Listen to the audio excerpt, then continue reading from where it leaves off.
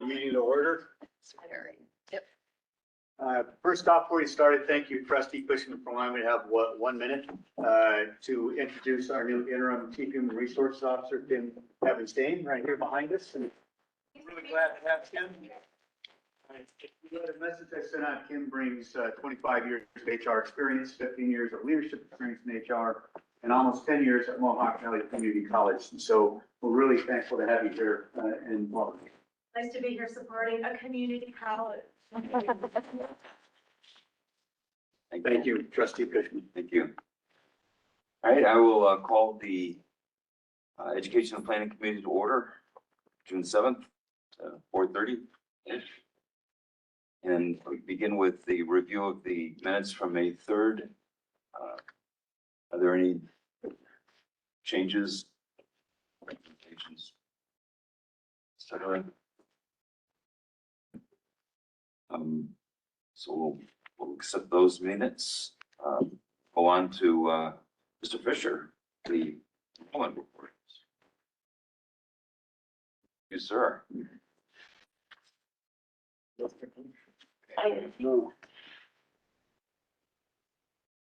Okay, so I told you all to have the summer and fall enrollment reports in your packets. And there has been an update since you received the packet. So the latest update was on June 2nd. And summer enrollment remains essentially the same. It's a flat headcount enrollment, but FTEs have dropped about 6% for the summer, largely due to a loss in SUNY Online students. If you look at your report, you'll notice under matriculated, there's a loss there, but a gain under non-matriculated students. Any questions about the summer enrollment report? Fall enrollment report that is largely unchanged as well from 527 to 62, although you'll notice that we have a sizable gain in enrollment year to year for fall, which is largely due to the work of the Academic Advising Office, encouraging more new students to enroll earlier than last year. So it's more early enrollment versus overall? I mean, it's hard to tell at this point, but it certainly looks like we front loaded a lot of the new student enrollment this year versus last year. That's great. Whether it holds, I don't know. Optimistically, it will hold, but who knows? Any questions? Get off easy. Sure. It's whipping.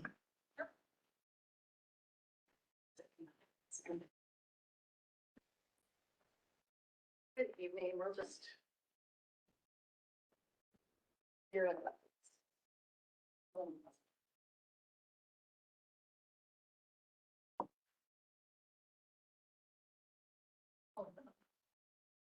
It's not up.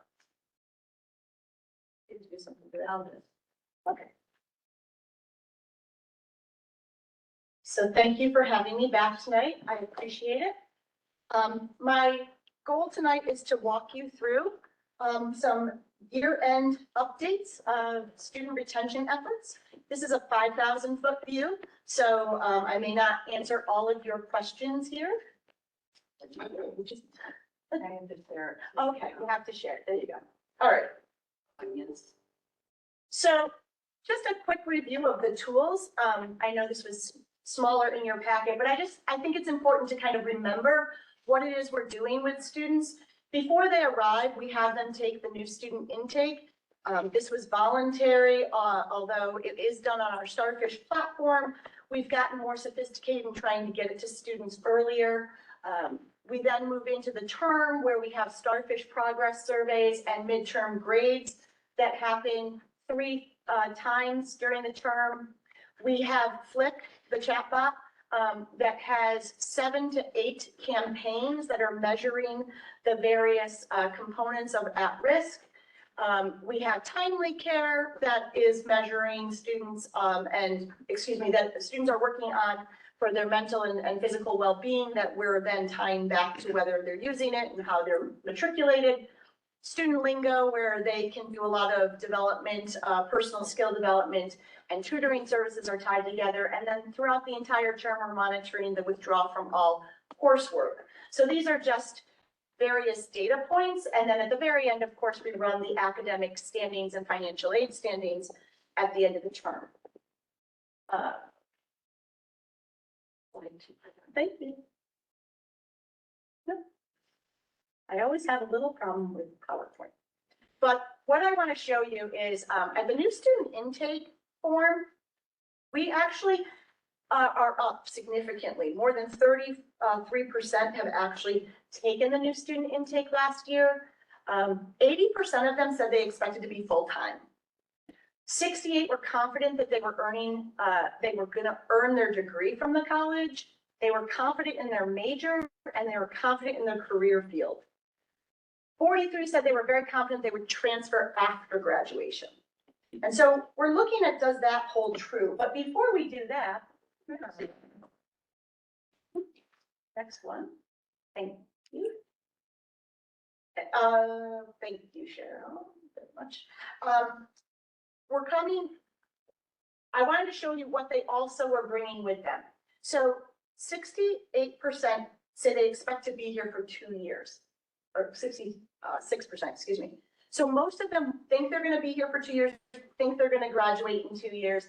They said they'd be working 30 or more percent, say they would be working. 26% that said that they would be working 20 to 30 hours.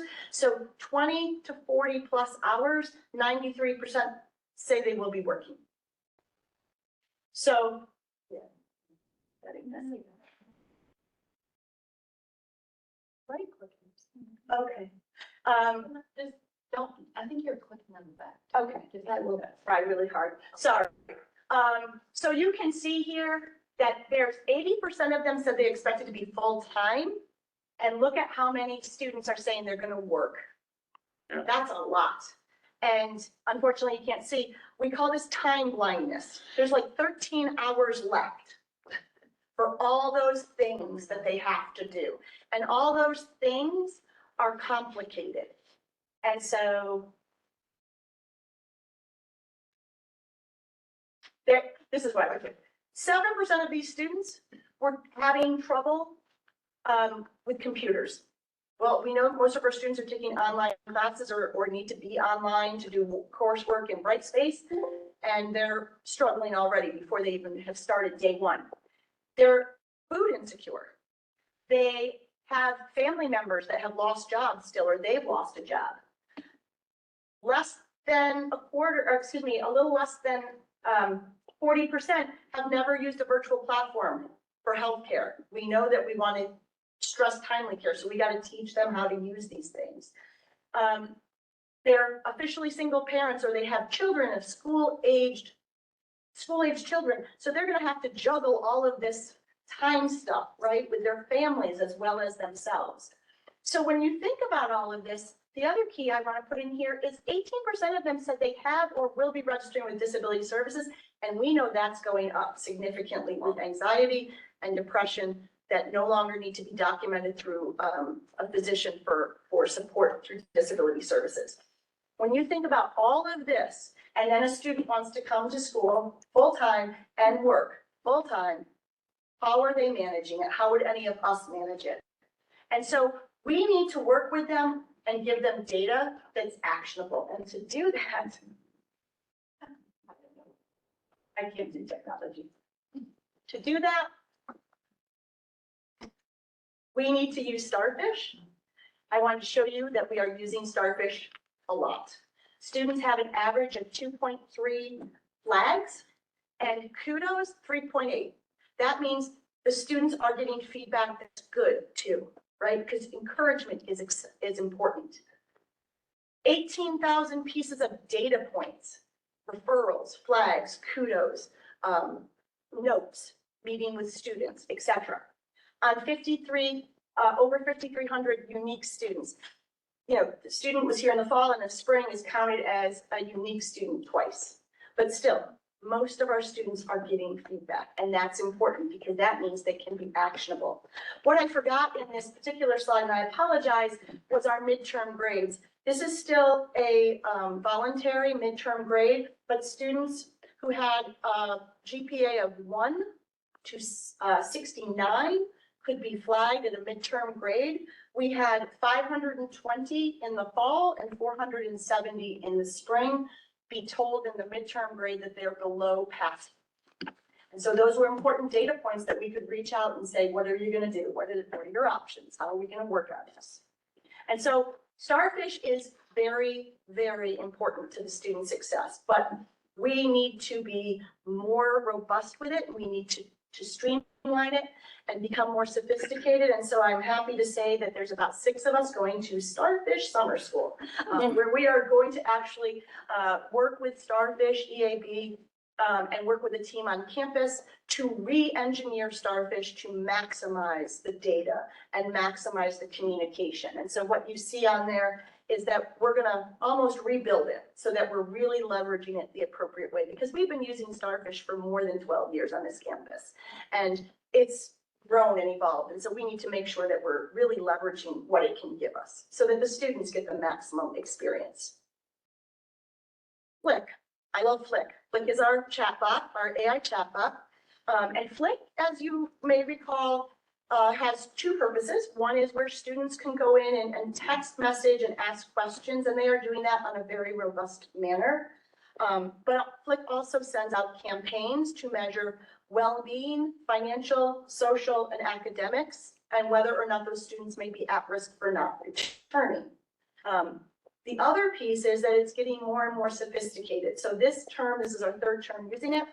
Flick now can actually do targeted campaigns based on what students' answers previously. So for example, I noted that I was struggling in the fall with balancing family responsibilities and academics.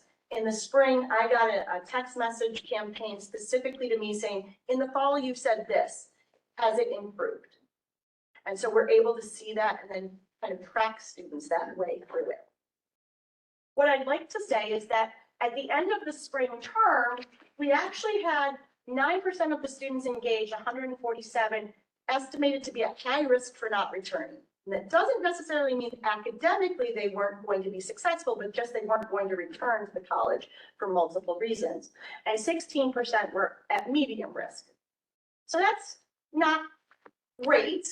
But it gives us some actionable data to use. And so, oops, I think I did some timing here. So what we then looked at is the academic standings at the end of spring term.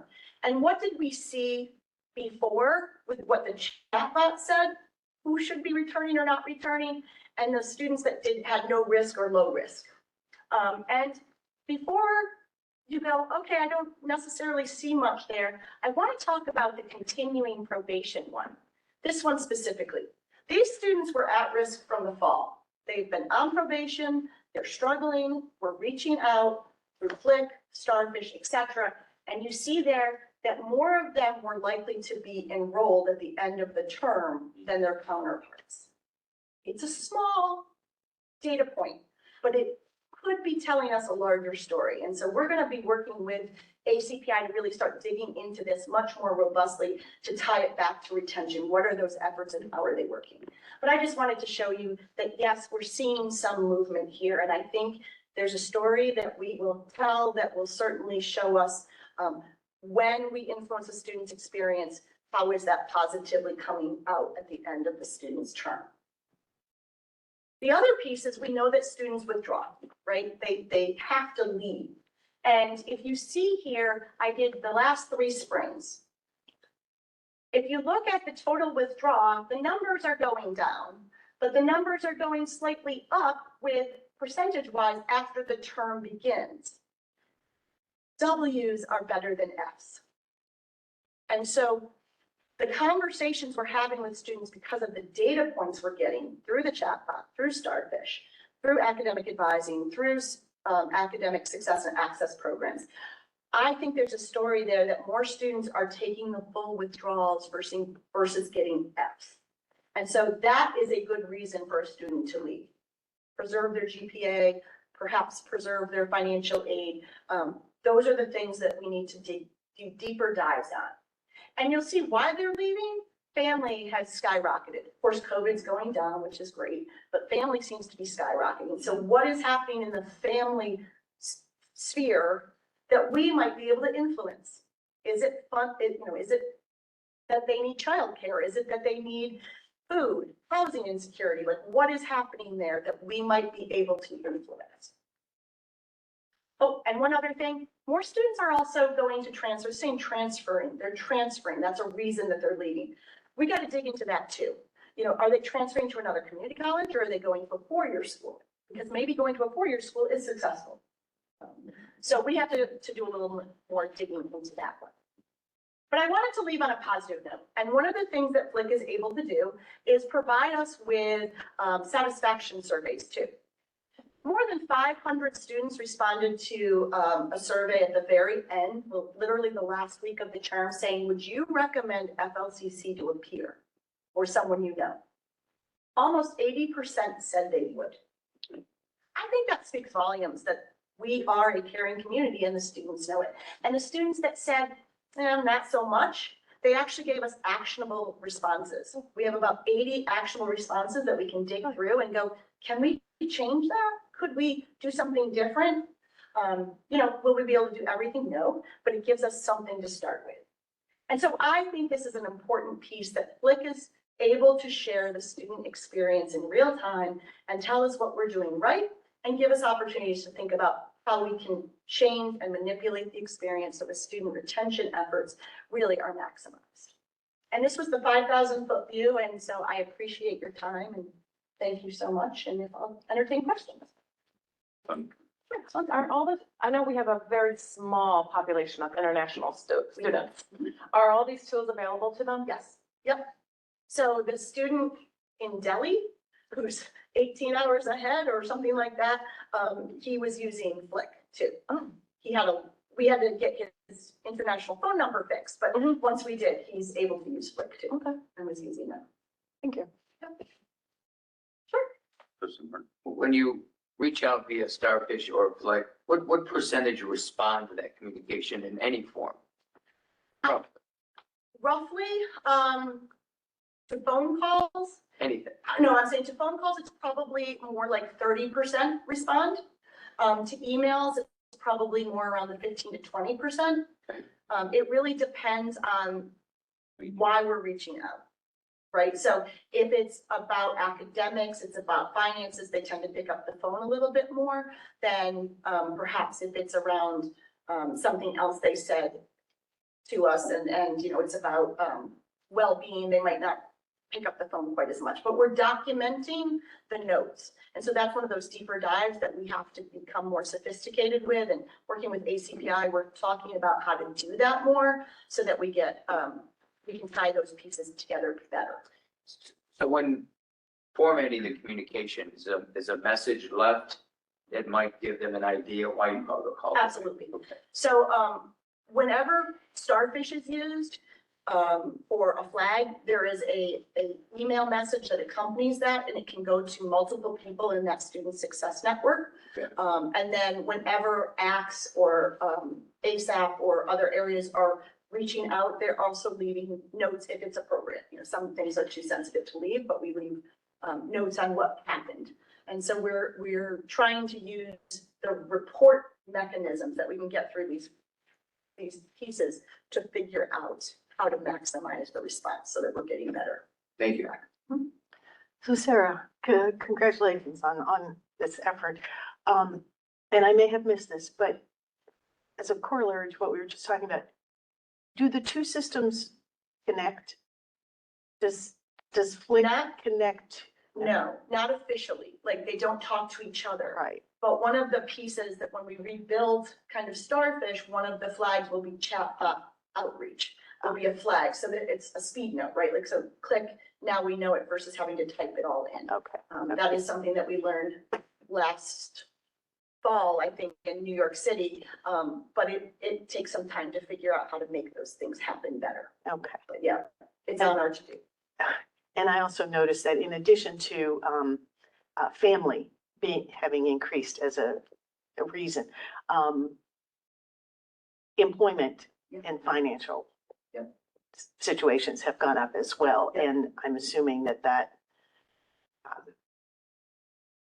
That has that affected whether a student is retained part-time versus full-time? So those are the conversations we want to have with students, right? Sometimes they think I have to quit everything versus maybe they drop part-time to those elements. What we haven't figured out is how to intervene earlier with students that are going to do complete withdrawals. We've changed the system now probably 6 different ways. Once a student has almost made up their mind, the more we reach out, like they just kind of have walked away. So we're trying to figure out through the other mechanisms how to reach those students earlier. The other piece is I want to let students know, okay, if you're looking for employment and you're, or what, we have a career services office. Are you using them? Are you, leveraging your resume the appropriate way? How are you looking for a job? Are you using our software system on campus for that? Or are you doing it on your own because you're just kind of overwhelmed and don't know where to turn? So even as we offboard our students, we want to explain to them we have other options, workforce, employment, transfer services. We have these services here. We want to support you as you go wherever it is in your journey. So we're still working on it. Any other questions? Thank you. This is the, I'm sorry. My other question would be, I'm assuming that we start both Starfish and Flick at the point of orientation? So actually, Starfish starts with the new student intake form, and students are getting that form earlier and more sophisticated because it's all coming now through admissions and Slate, which is a really slick tool. And so that's how students are getting their new student registration information as well this fall. And so the embedded survey is in that whole communication component. So we start Starfish even before the term starts, and then orientation is where we are presenting these data points to the students. Flick starts messaging to new students, actually, starting next week. They will introduce Flick to new students for fall, and we'll continue to message to students who are here in the spring in different ways over the summer, so that there's some retention efforts, persistent efforts, I should say, for between spring and fall for those that were here. And one very last question. Yes. I understand that GCC has a playlist that they send out to their new students. Yes. And wondered if we had one, and if we did, could the board get a copy of that? In fact, that is an August ask from the chatbot. So I will make sure that you all have the playlist. All right, excellent, thank you. Fantastic. Sound cool. I just want to say that a few years ago, we couldn't even have this conversation. I mean, this is really good. I mean, we're not flying blind. And you said the operative word actionable. There's so many indicators that give you inform actionable activities. So outstanding. Really, Well, shout out to great. ACPI for building those systems for us. So it's a great partnership across the college. Great, thank you. Thank you so much. Move to a memo of understanding with the Urban League of Rochester Summer Youth Program. Mr. Mack.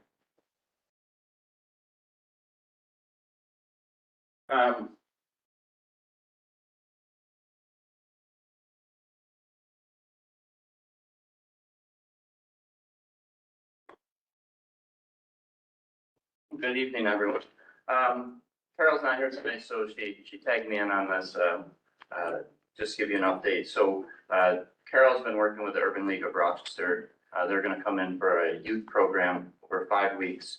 And it'll be 40 students in the grades 7 through 9. And we'll provide them, there'll be programming by FLCC faculty and staff. 1 day of STEAM camp, 1 day of programming. So all throughout the 5-week program. So we've contracted with them. They'll be paying us for some of the services. But I think it's a great opportunity to partner with the Urban League of Rochester and continue our commitment to the community. So Fantastic. Is that a residential program for the week? Do they stay here overnight or is that just a day program? That is just a day program. Okay. Thank you. Do we know if we're the first in Ontario County, because they've reformatted their geographic, since Dr. Hawkins has arrived as their CEO, and I'm just curious, right? We might be the first. Yeah, That's impressive. That's great. a great opportunity.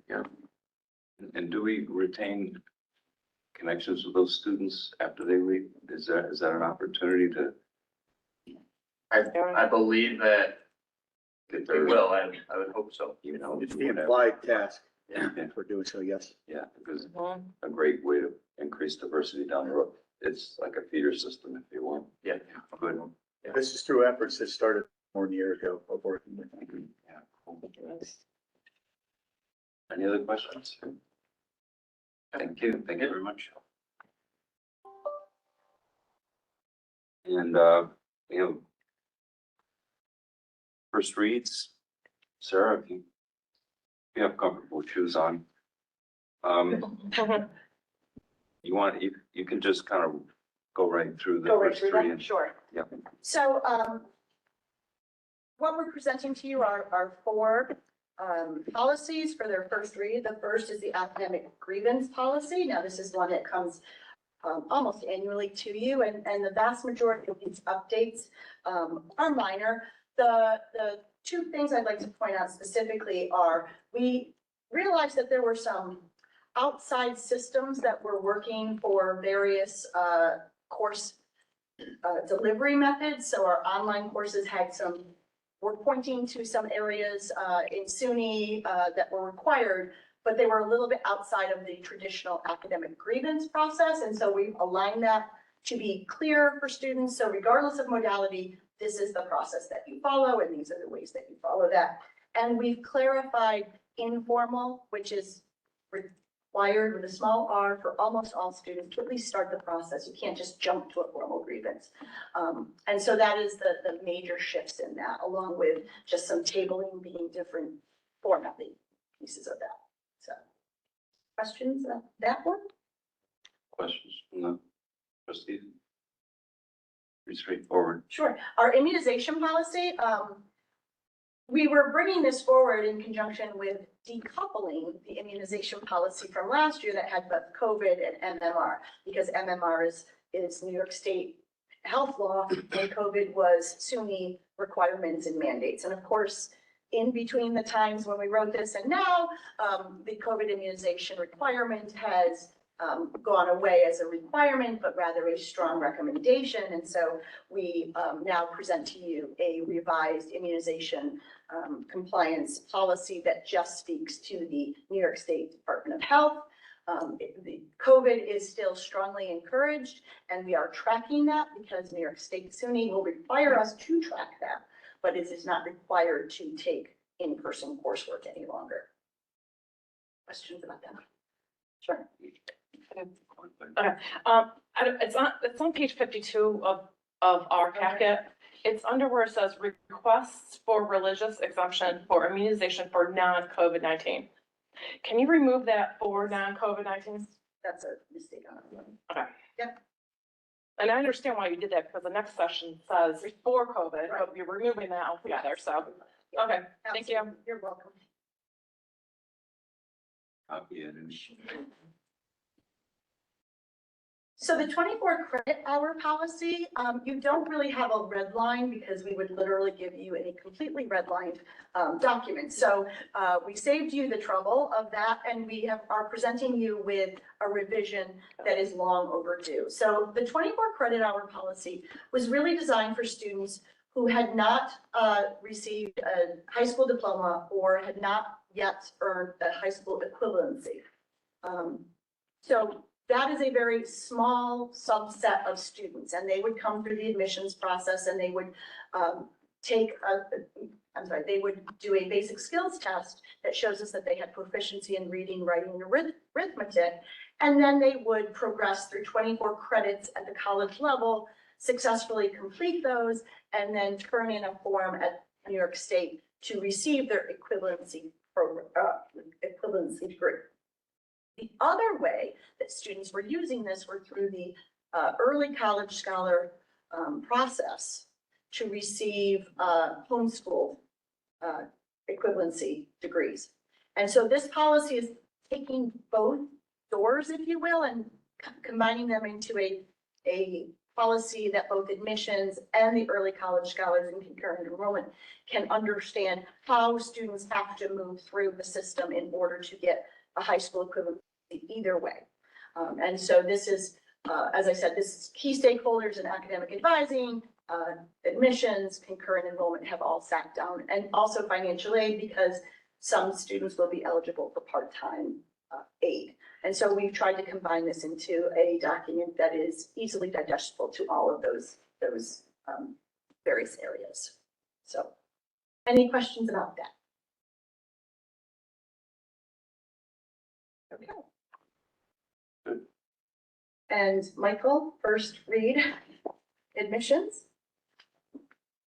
One quick question. Sure, Sarah. absolutely. On these documents, do they get, I know the first read, but do they get dated at some point? Is there a formal Believe date when the when board they're releases accepted? them, that's when they're officially dated. So the date Right. is printed The on the, month, the on the month goes in document. for that date. Yeah.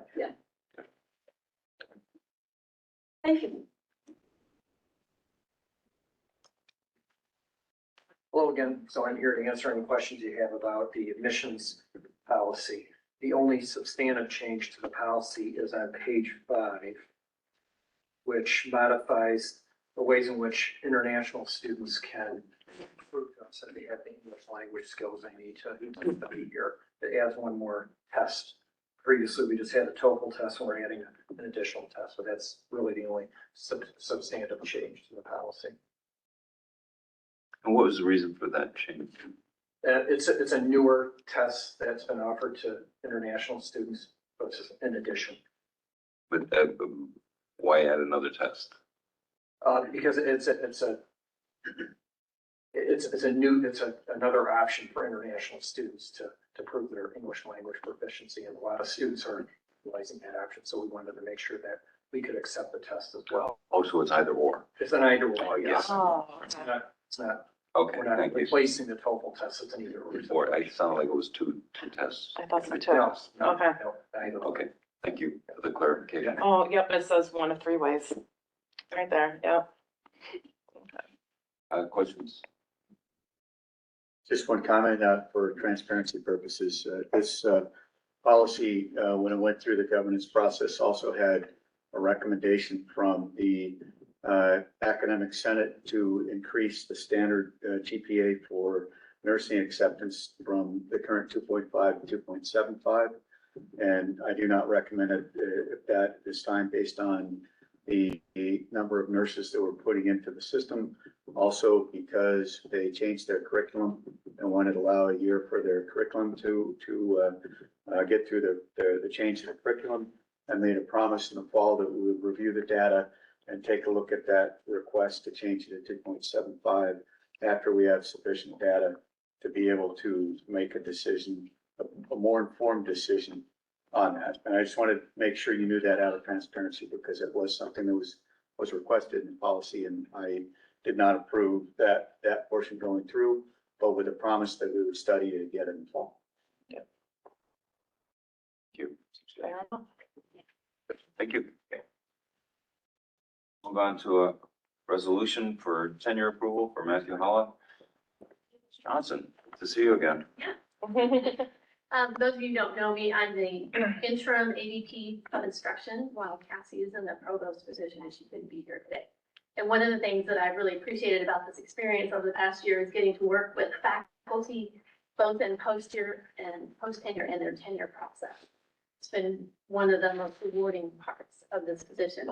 Matthew's hired off cycle, so that's why you're getting this now as opposed to the group that you saw in the fall. Looking through his packet, it's immediately evident what an exceptional instructor Matthew is. Also, he's already developing and demonstrating a lot of leadership skills. You know, his teaching observations talk about how active his classes are, how engaged the students are. You know, his chairperson is talking about how lucky, you know, the department is to have somebody who has as many different specializations and exposures the different areas within the discipline. He also is, because there was another psychology faculty who resigned, had to take up pretty quickly the leadership role of discipline coordinator and program coordinator in the social sciences, which means overseeing numerous adjuncts, hiring numerous adjuncts, and also piloting the program through the general education program changes that we talked about this morning and aligning that program with the framework, and done exceptional work in that way. So we're very lucky to have Matthew, and we really strongly recommend. Thank you. Any questions from the? See smiles. Why don't you stay there and we'll switch things up because I see you're up with, and then you can leave and Sarah can stay on the last one. You also have a resolution in your packet about some job position changes, titles. I'm not sure exactly how it's phrased in there. This one, I'm talking about for the auditorium manager and theater, technical specialist. It's a little bit of cleanup from pre-COVID. So the original job description, Patty Zimmer, myself, and Jim Perry worked on in 2012, before the auditorium was fully online. And it took a position that was part-time theater, technical director specialist, and brought it into a full-time position with the expectations of what it was going to be like to have an auditorium on campus and what it meant to manage that facility without really knowing. So 10, 11 years later, that job description does not reflect the level of involvement that that position does. So we worked, it was actually the last meeting before the building closed, where we had worked with the union, the professional association, and gone through that job description, rated it, and then COVID happened.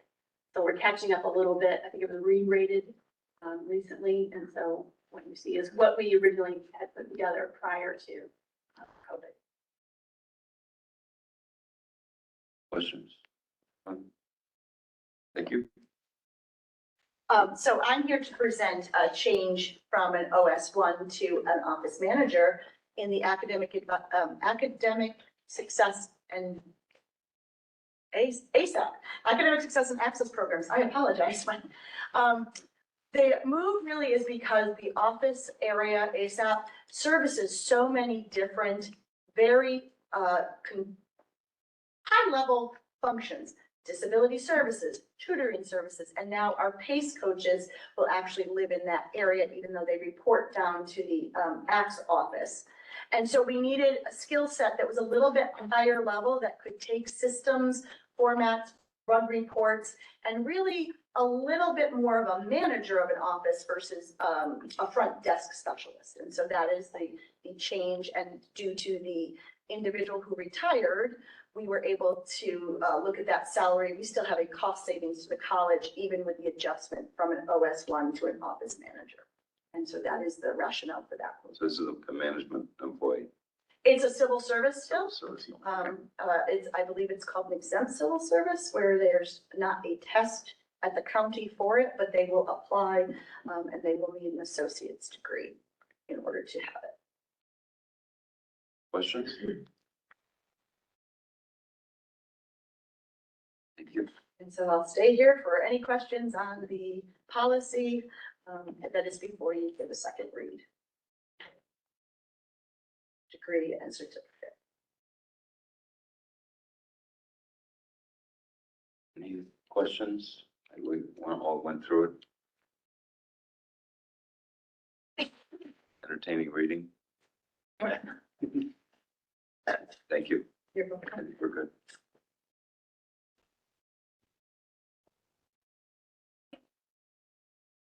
Dr. Orloff. May make that concert.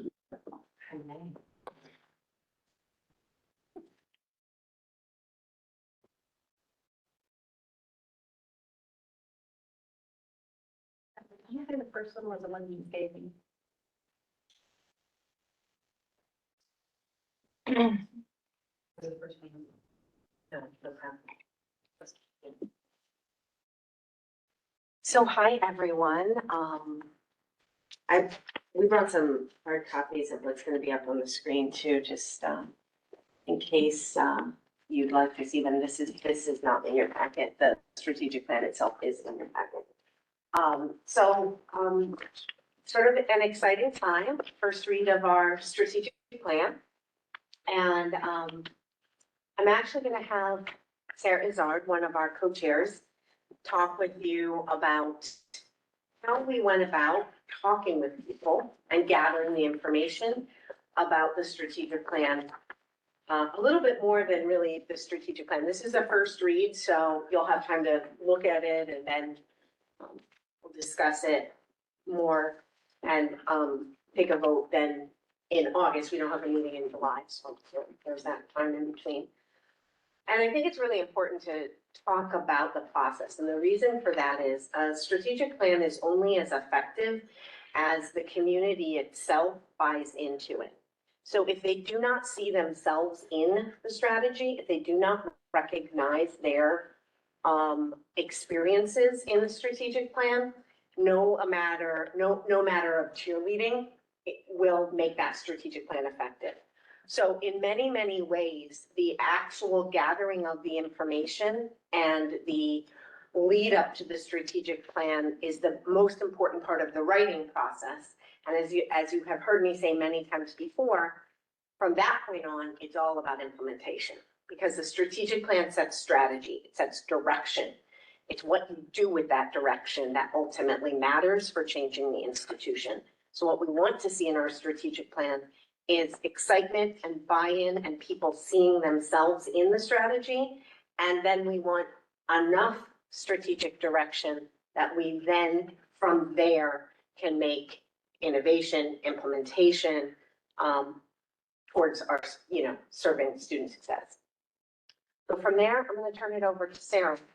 Before I fully give it to her though, I want to just say one quick word about our amazing co-chairs that we have had on this project.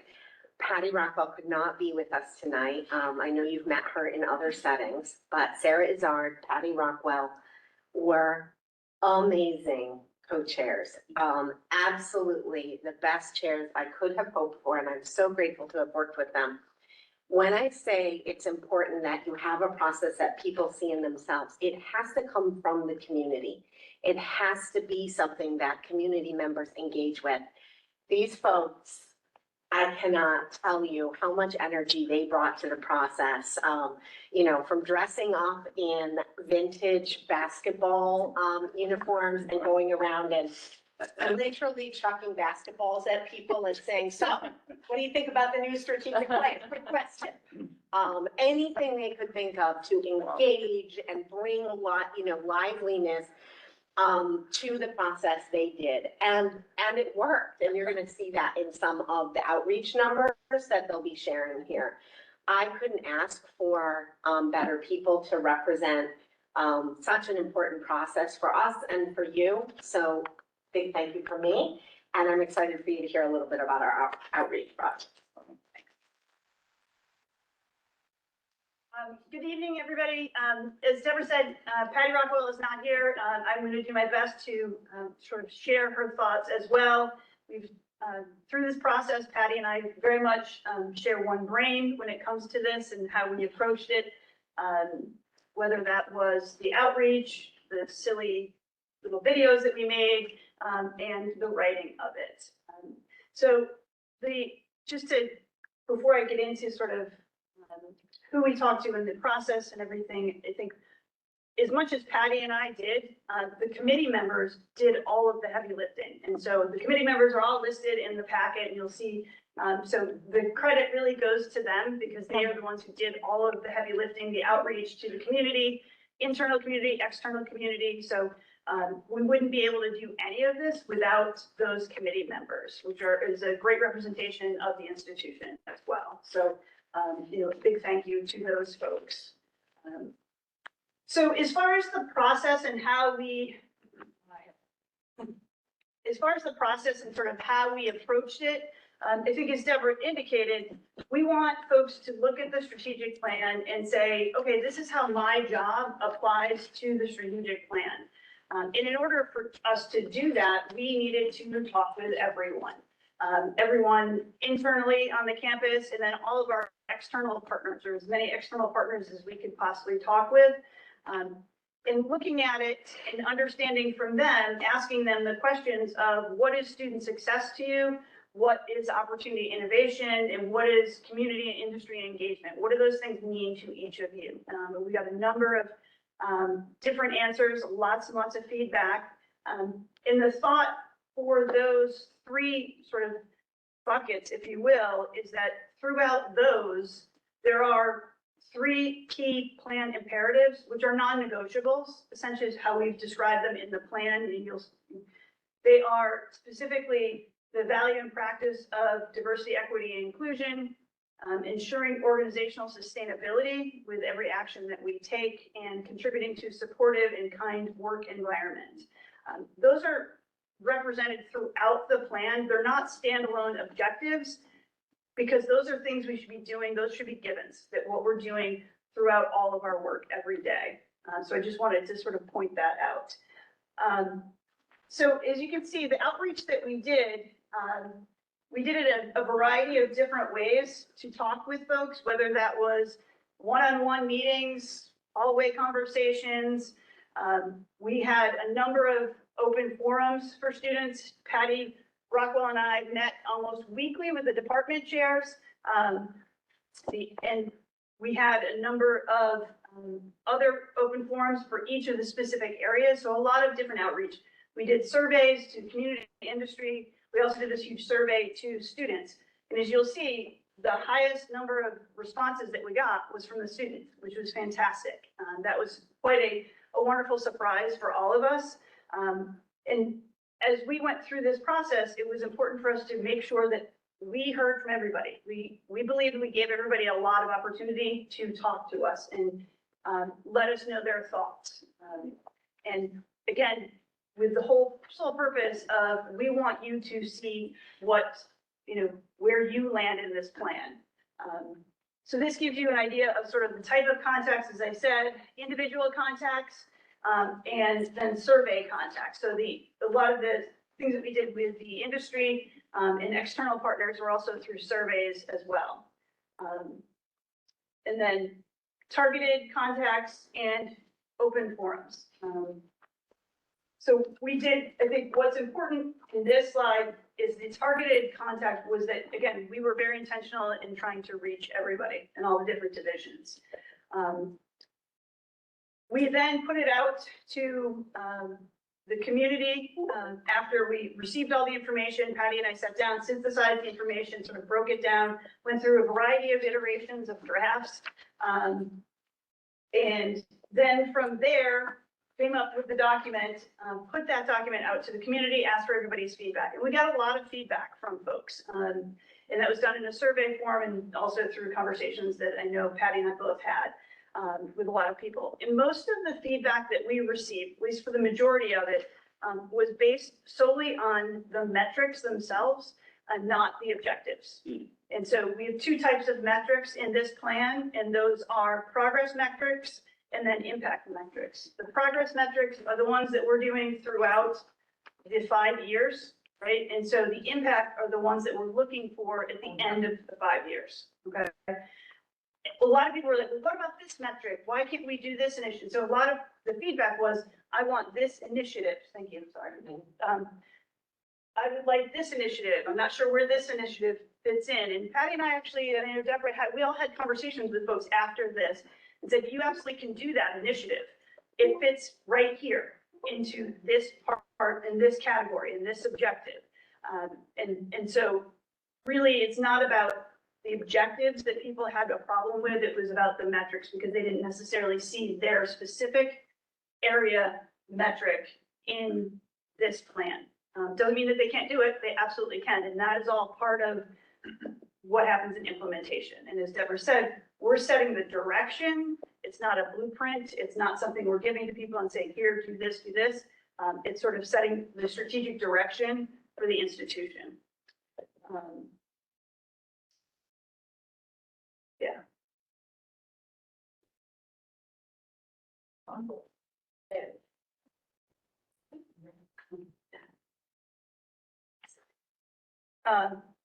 So I think as we think about the next steps of this, it's implementation.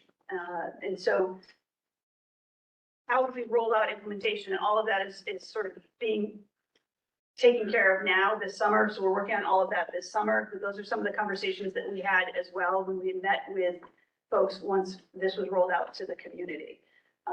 Working on implementation. How are you going to do that? That was a big question that folks had, is how are you going to do this? And Patty and I are not going to do it. Actually, the entire community is going to do it. It takes a village, as they say. And again, we want folks to then look at this document, go back to their division, go back to their department, and go to their individual goals. And every one of those three need to roll right into the strategic plan and all of the objectives. And if you look at the student success objectives and some of the metrics, some of it will resonate with you based on what Sarah Whitman presented to you just 15 minutes ago. As far as a number of ways in which we're looking to retain students, what are we looking at for data, what's happening with the students and telling the student story and getting that information. So a lot of that is very applicable. We're not expecting you to, read with fine detail right this second. That's why it's in your packet. So that's why it's first read. But I think it's very accurate that this is a natural iteration. And Trustee Cushman, you said this just a minute ago. Where were we 5 years ago when we were talking about retention and we were writing the last strategic plan 6 years ago, right? Retention was a goal in our last strategic plan. We basically couldn't measure retention yet, right? We were just starting to be able to measure it. So we're in a different place, and there you see that here, but it's still very much focused on we want to retain students more, we want to serve students better, but it's a refinement. So you see the progression of our strategy, which I think for me, as a strategy person, is very exciting. And I think you'll see some of that in there, given the conversations that have happened in this board. It's very reflective of that direction. To follow up on what you were saying, also, the exact initiatives will grow themselves over time, right? This isn't about initiatives, it's about strategic direction.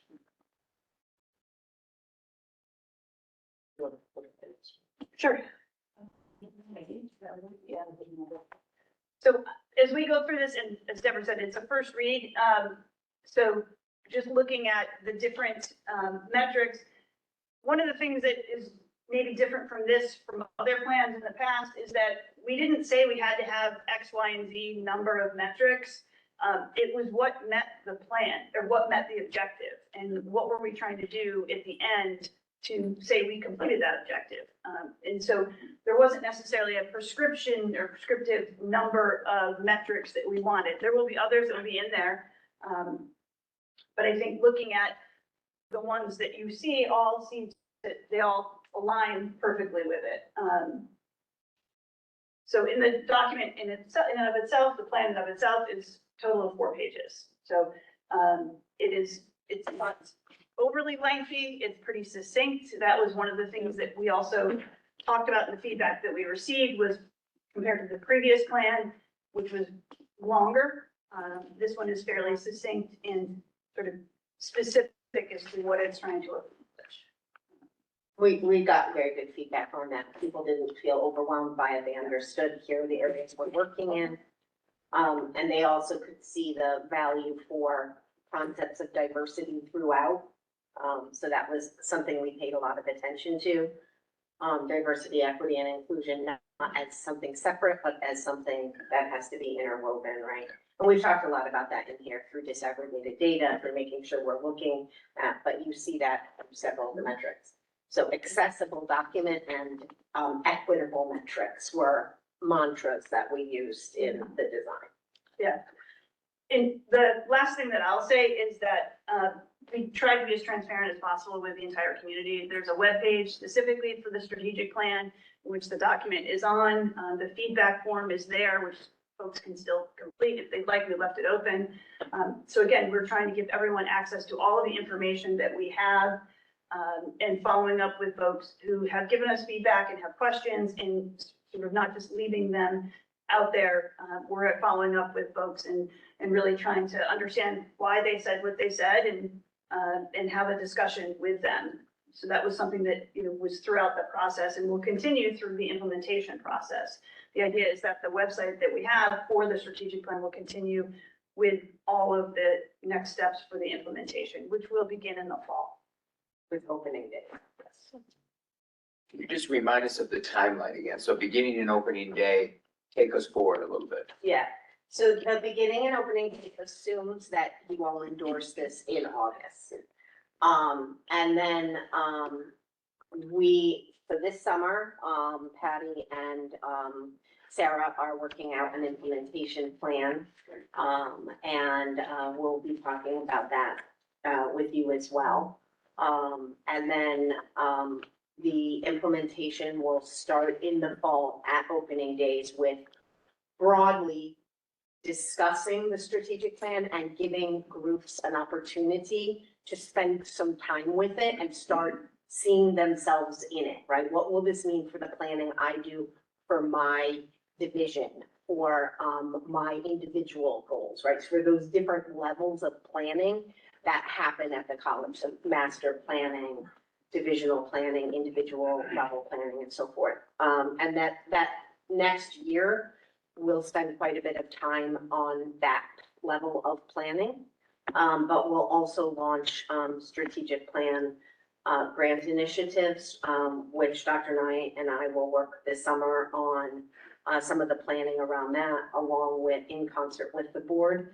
And that's a sort of overarching approach that we take that's not based on operational level planning, but on bigger initiatives. So it's sort of a two-pronged approach. It's not dissimilar to what we've done in the past. And that's just sort of an overall. We're still working on all of the fine details. So there'll be more to come to talk about that. But this plan runs for 5 years, just like our last plan and just like the plan before. So, we're certainly following a pattern here. So just one follow-up. Aside from the traditional campus, as well as those people closely associated, what about the community engagement? Do you see that with them as well in terms of how they see themselves in the plan? Yeah, so we did run several different community outreach initiatives, including one particular sort of focus group, I guess I would call it, where we invited members of some of our partners, Thompson Health, the hospital, several industry partners, and they came and gave us very specific feedback and input on the plan. That was a very successful event, which was great. And we also sent a survey out to the community partners, some of which overlapped with that, but it's a sort of different type of data, so it's helpful. And then we will do a strategic plan launch party. You might recall our last strategic plan launch party. It was a long time ago, but that is a really great way to sort of launch it to the community at large. And then continue to sort of engage with them over the course of the strategic plan. And then as initiatives emerge, the initiatives sort of take over from constantly just talking about the plan. And that's good. That's what you want to happen. It shouldn't just be about a piece of paper. It should be about what you're actually trying to accomplish. And I feel like Dr. Nye's looking at me like I'm quite suspect. So I'm going to ask him to understand. I would like to make a couple of comments, but I wasn't looking at it for that. I was looking over because I'm pointed this way right now. First off, the board's been very interested in one of the areas being student success. And what you'll find here is you have designated what we're recommending to you are the most important metrics for you to look at the strategic level as board members of what success will be. And that's what we'd be interested in when you wish to put as an announcement out. How are we doing? And you have your mantra already set in terms of how we're measuring the student success for doing things. And I think you'll find them to be about what we wanted. They're in line with what we went through with the Aspen study that we did and so forth. And so I'm really proud of the effort that has gone on. I just want to thank Deborah, Sarah, and Patty Rockwell and the committee members. And Sarah was right. There was a lot of people down below. It's something that we need to continue to do better, which is grassroots activities for things, and they did a phenomenal job. But I have to tell a story. It's about Sarah. And, you know, thankful, and I'll tell one about Patty too, even though she's not here. I originally tagged Sarah to be one of the search committee members for the provost. And then figured, oh, no, we've got something bigger and better. I had to go to Sarah's office and try to convince Sarah that, hey, I've got a better job for you, a better deal for you.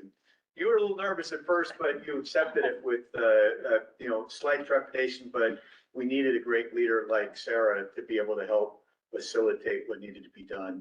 And we were looking for a staff member and a faculty member, and Sarah did a phenomenal job. And I'll never forget going to your office trying to sell you, hey, because she's worried about who the next big boss is going to be in academic affairs. And you accepted the task and the position, so thank you. Really do appreciate it for myself and the entire college. And when you're talking about the quality of people that took over that leadership role, Patty Rockwell is the type of person who this past semester took on a student who was sleeping in his car and had lots of issues, helped take care of that student, get that student into a hotel, get all sorts of different supports for that student that took lots of time and effort. And that's the type of faculty member we wanted on here, was somebody who would take on a role that was exceptionally difficult. The students had lots of difficulties, and to help that student succeed, go way beyond what you would expect anybody to do in need. Help their car that was broken down in Wendy's. That's where the car was.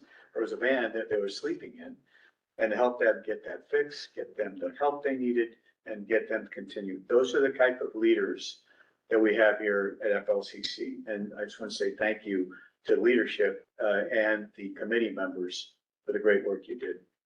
Thank you.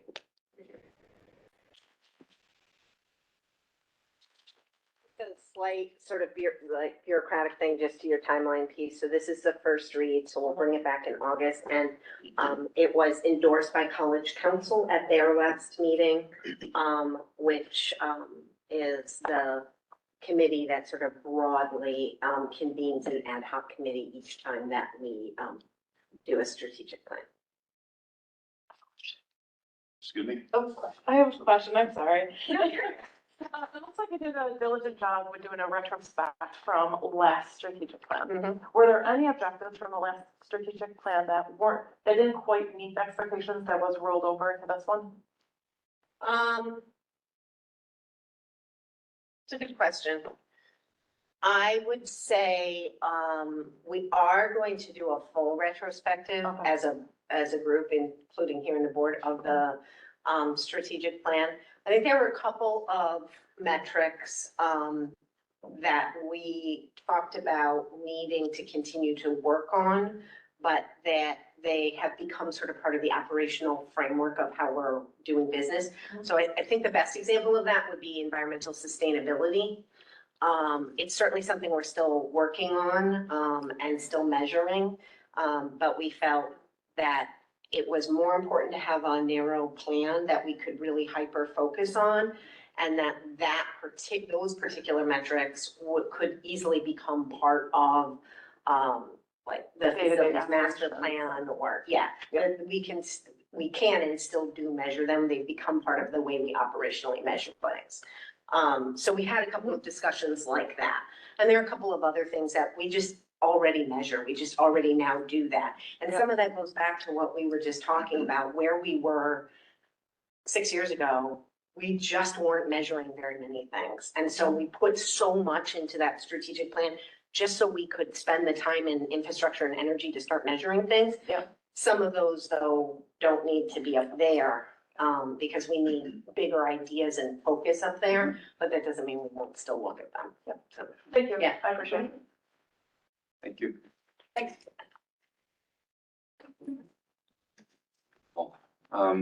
I'll take a motion to adjourn, So moved, Sandra.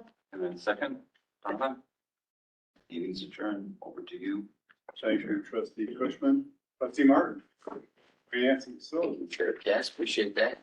We'll call to order the June 7th, 2023 Facilities and Finance Committee of the FLCC Board of Trustees. And we have three sections here: business resolutions and informational. as Jason Tack is making his way to the podium. First, a review of our May 3rd committee meeting minutes. Any questions, comments, or changes? Eddie, thanks for capturing all that for us for the May 3rd meeting, as you diligently do. Appreciate that. Seeing no changes, Jason will give you the opportunity, the floor to kind of take it away here. We'll All start right. with the finance report and current budget update. Yeah.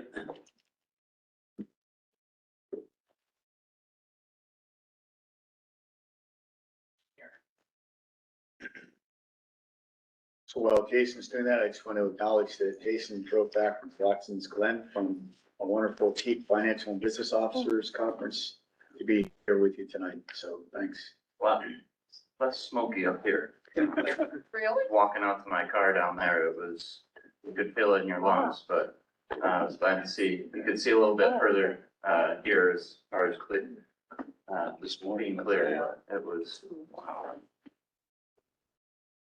There was a lot down there, so I think it sits maybe in the lake and sits in the valley there, so. So now I've been here for almost 2 months now, so, getting, familiar with the budget and how it was, brought together. I think there's actually another, this is the 22 or 23, 24, is there another? Oh, no, you're right. Sorry. Look like the same, header for the next slide.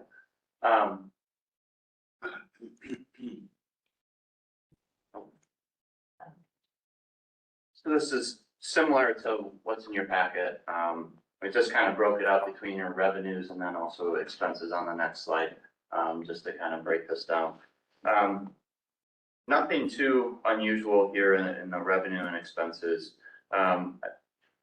Forecasting around a $300,000 to $500,000 use of the fund balance. I think Ken had about 800,000. So we've seen some increase in some of our revenue lines from what was budgeted, but we're on track from both our revenue and expenses from where we were budgeted for.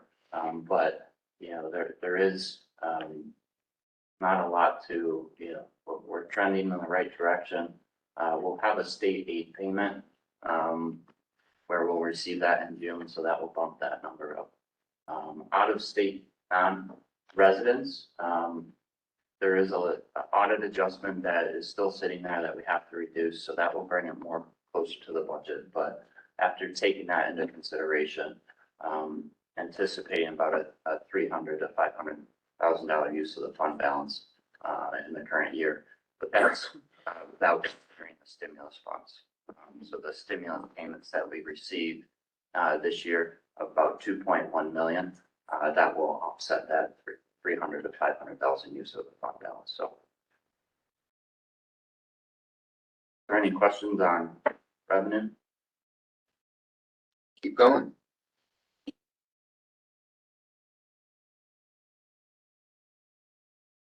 To the button on the, see it? On the back, then you right click if you do that. All right. And expenses, again, we're on track, compared to where we have been, as far as the time frame in the year. We did, request that all purchase orders be put in by the end of May, for the rest of the year spending. So when I come back for the, I guess in August, but I can provide an update to the board as we go through July and I get June results, just to kind of indicate where we're gonna fall out for sure. But I should have a good idea as far as the forecast. So I noticed equipment's down. Yep. Timing issue? I mean, you know, a lot of equipment purchases are done during the summer months in order to, as the students are away from campus, so. Yeah. But I would expect that number to come up here. Questions on the expense side? Seeing none.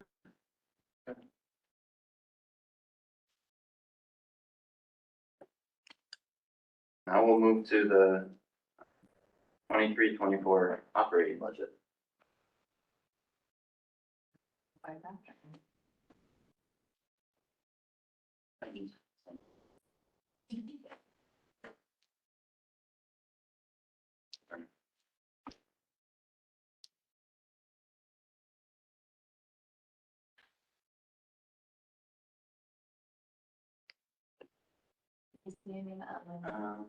It's the, I think it's the final 531.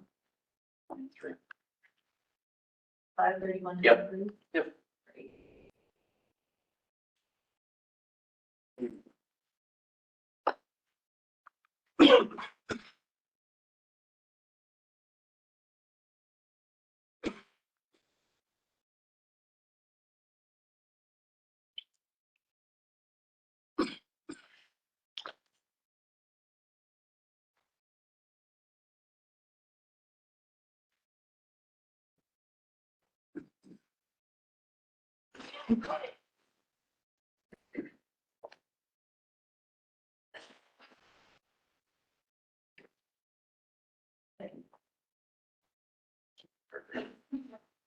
So in this package, I pulled together some, I think it looks very familiar from, what you've seen in the past.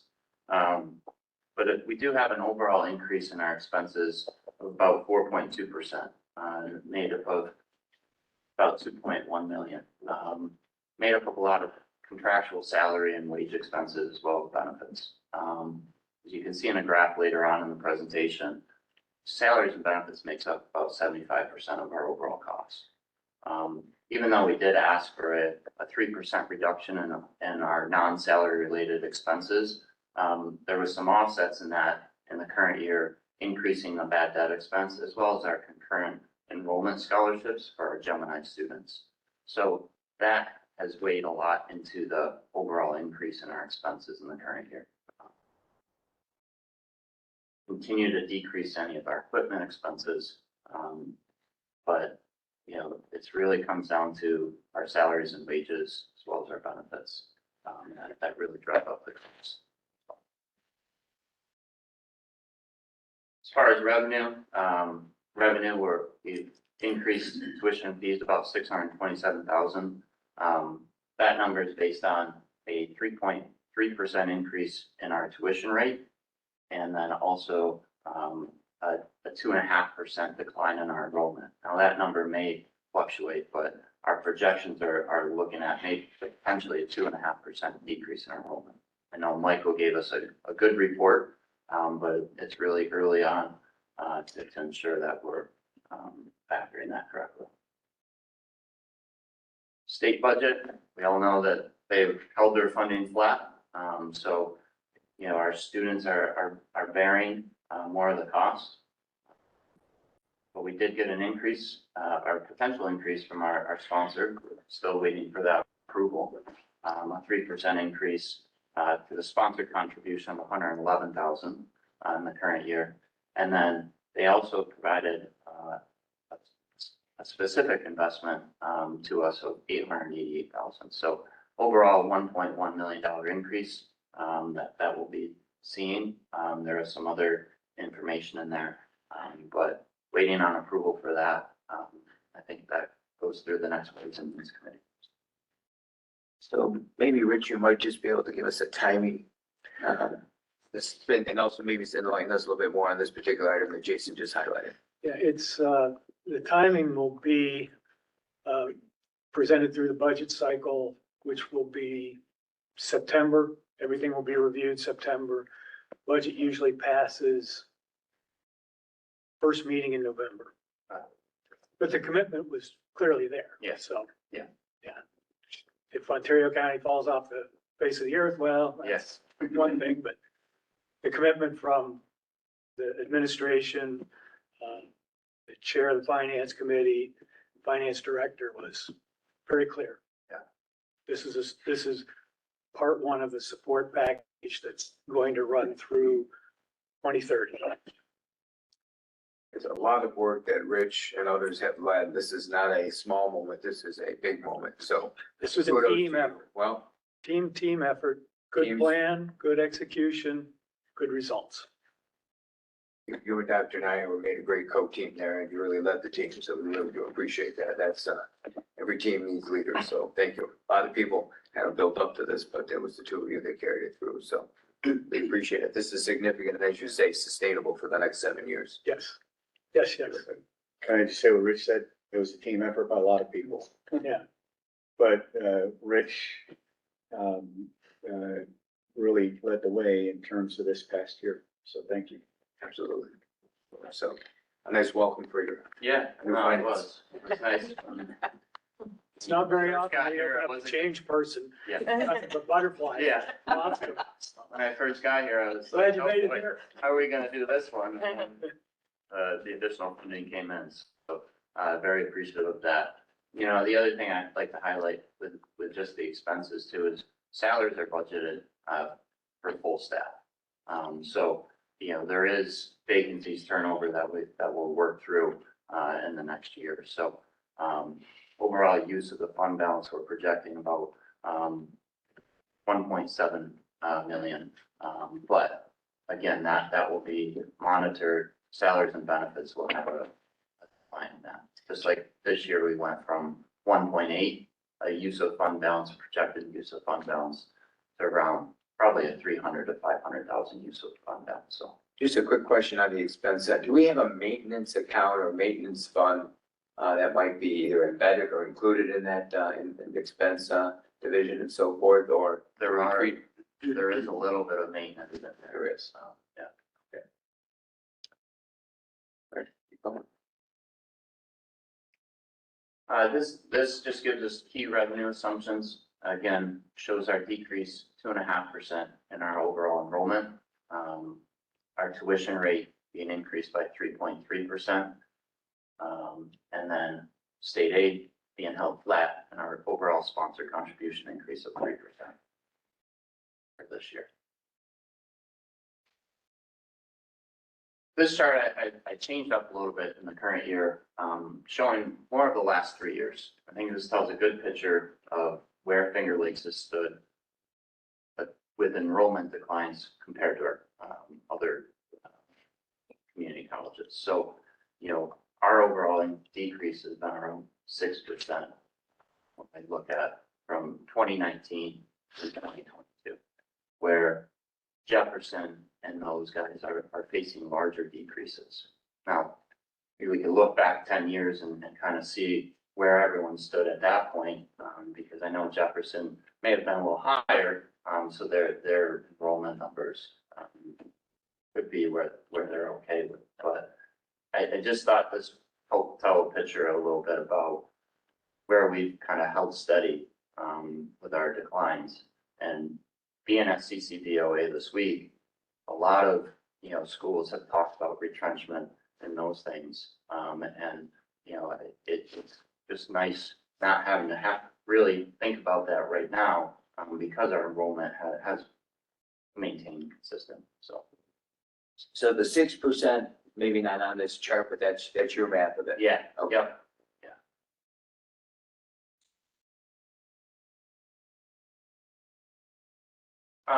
This is a chart that shows before the state budget came out, where individuals or schools were thinking that their tuition increase was gonna land, for 23-24. 3.1% overall year-over-year increase. We came in at about 3.3%. I would suspect that some of these schools also had to increase their tuition more, after the state budget, came out. So, you know, we're falling around, the middle of the pack there, from a tuition increase.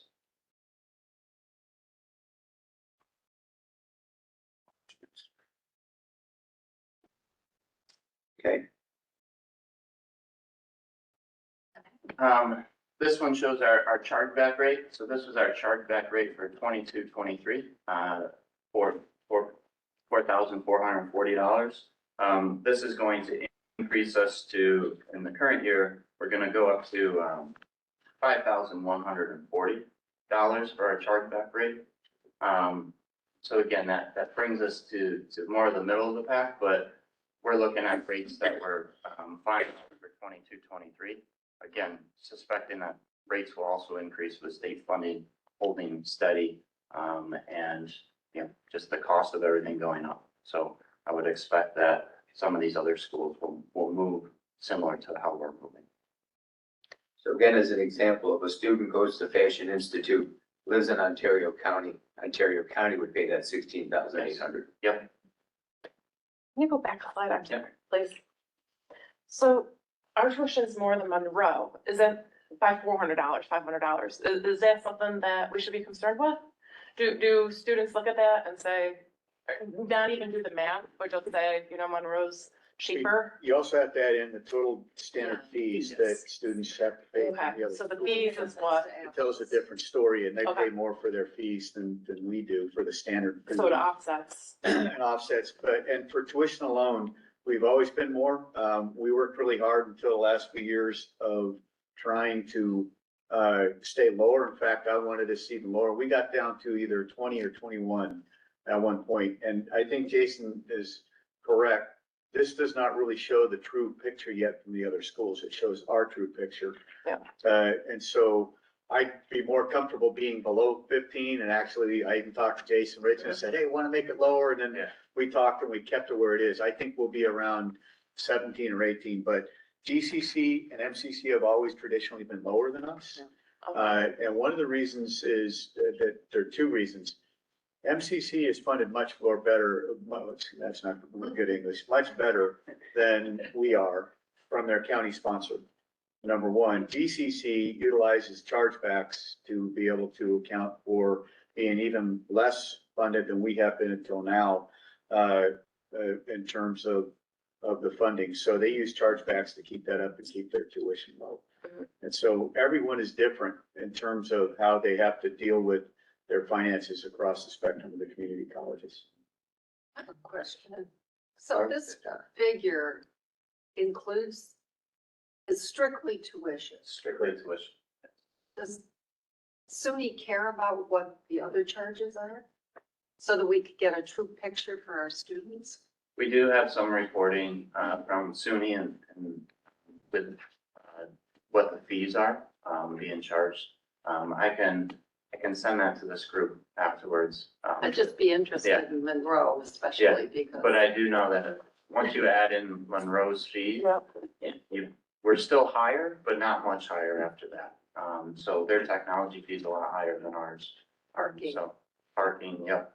So they have other fees that really add into that, so.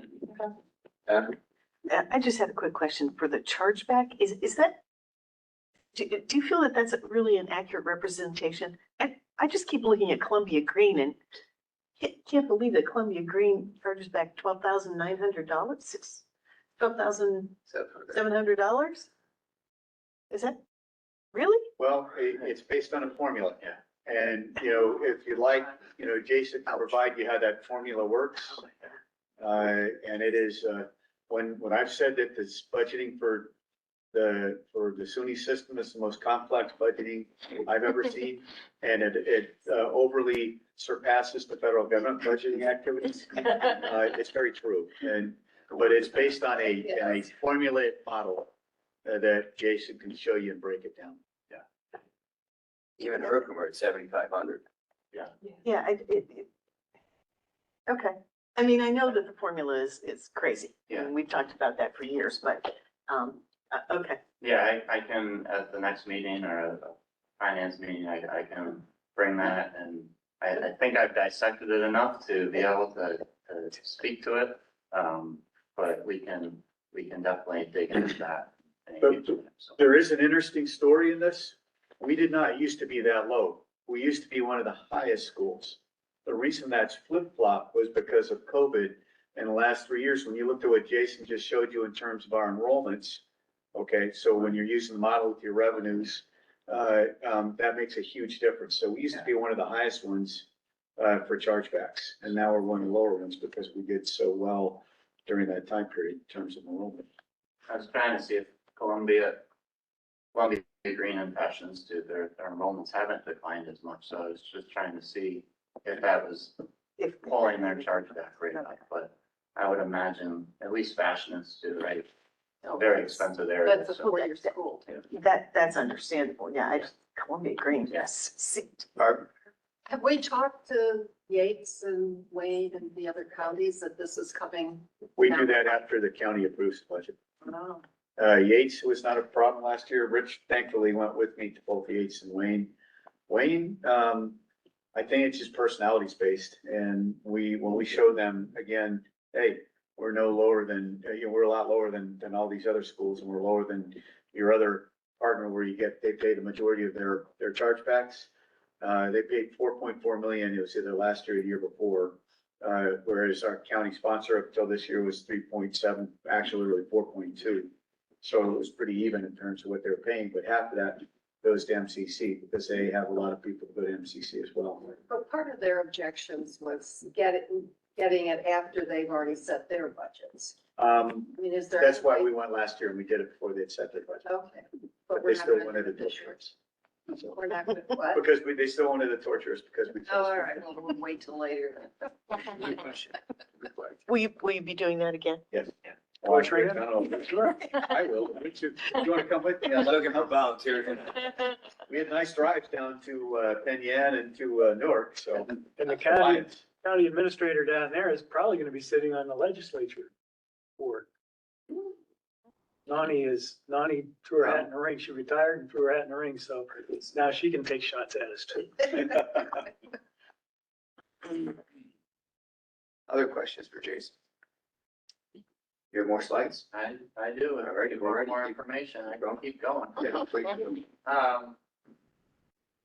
This is just our revenue sources, just a graph of where we're getting the majority of our revenue sources. So it's funny, down in CCBOA, we talk about a third, and you look at the graph, and our tuition and fees that's where we're getting 40% of our revenue, or where we're budgeted now. So, again, just trying to work that through, and I have another chart, I think, which kind of shows more of where, where it shows kind of our share of our budget, right? And how the student line up the top has continued to increase, but the state line is continuing decreases, which is the orange line there. The bar graph really shows where our sponsor sits versus our chargebacks. So that's our local share. And then I've also included the fund balance. So the thicker line there is 27.7%. Not quite a third, but I know that line has been used in the past, so I've maintained that, but it does show, that both our sponsor and our chargebacks still go above that line, so. Yeah. So Jason, do your colleagues have this, for all of the community colleges? I can get this data, and I think I flipped past this one quickly, but here's our sponsor contribution. So this will show that, Columbia Green, gets 37.4% of their overall budget, from their sponsor. They look at their operating expenses, so.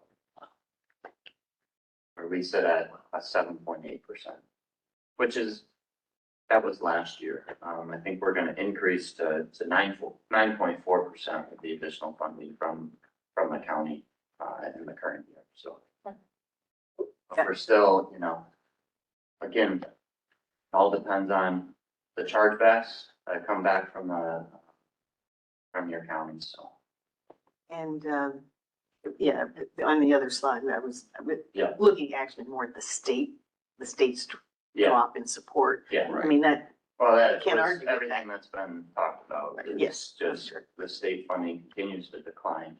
And later on, we were just talking before I came back up this way about what's the new model gonna look like from the state funding.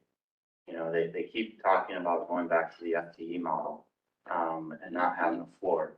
And it makes a lot of us nervous from what that means. And we're looking at different models in other states from Connecticut and Washington State, because Connecticut, they revamped theirs a couple of years ago. And really pulling apart all of the expenses that occur. So you have your buildings, your maintenance, right? That cost isn't gonna go away if you have one student or 1,000 students. Your salaries, your benefits, right? That plays a little bit more of a variable, but you're still, if you have a classroom of 20 students versus, and then you lose 5 students, you still put that class on for 15. You don't cancel that class. So it's continuing to talk to the state about, hey, we can't go back to this model. It doesn't work because we still are putting on these classes. We're still doing this. Still have the buildings open. We're not shutting off certain parts of the building because, you know, our FTEs are down by 20%. So, so we're gonna start running that up the chain, this fall so that hopefully it starts to resonate with some of these individuals and us also looking at a model that will be helpful to all of us. So, There's an argument there because there's more part-time students to ratio to full-time students than there used to be. Yeah. And there's a absolute, so Donna, we're on the same track, exactly. It's something along this line that we could manipulate, you know, look at it in different ways. Aggregating the entire state would be really good for some of the conversations we're having to try to. okay. So I'm curious if NYCCT, two of you down in Georgia, along with the finance officers, are in sync. Is there kind of a symbiotic relationship there, or is there? No, we work with presidents, but we don't work with the financial officers, so, but we have had, You're on the list for the coming year. and that young lady's name from, Anne Marie? yeah, Anne Marie Shadder from Yep. Adirondack. Yeah. She has been, doing our training Yeah. at trustee Yeah. level, so that people understand. She's, as you Yeah. probably have Yeah. heard from her, Yeah. she's she doesn't hold back. a straight shooter. Yep. No, it's Tells them definitely like it is. Well, good. Sounds like an opportunity. That's great. This was the first year at the state in forever that the trustees across the state have been working directly with presidents, and we hired an advocate. Yeah. So the goal is to reach out to the other, faculty council possibly, and Yeah. but certainly the CCPOA. Yeah, no, I think it would be a great idea to make sure we're all saying consistent message and, you know, tomorrow we have all the SUNY representatives, coming to Watkins Glen. So, so we'll be able to see, and talk to them a little bit about some of this and, you know, really look at where they're going. What are the thoughts from going to the FTE model? And educate them on certain things. Now, you know, I think we don't have an issue with Josh and that team. You know, they understand, but it's how do we continue to talk to the executive branch and say, we need funding, you know, and really keep preaching that. So So when you say visitors from SUNY, is this the SUNY Board of Trustees and or John King? it's more, no, it's not Dr. King. Dr. King, excuse me. Yep, it's just more of the finance Okay. side of the house. Yeah, okay. Okay. Yeah. Other questions? You brought something up. This is the first year where there has been actually alignment with everyone to include FCCC, CCPOA, NYCCAP, and NYCCT all in one. That's never happened before. And CCPA was supportive and on the same boat because they also contributed to the advocacy effort as well. So I've said this before, we didn't quite get there, but it's the first time, at least in the 7 years I've been involved, that both the Assembly and the Senate supported what we were advocating for. That's never happened before. So, but the next step is to get to the governor and get to first staff and the Department of Budget, to be able to get to that next step. Exactly. Good start.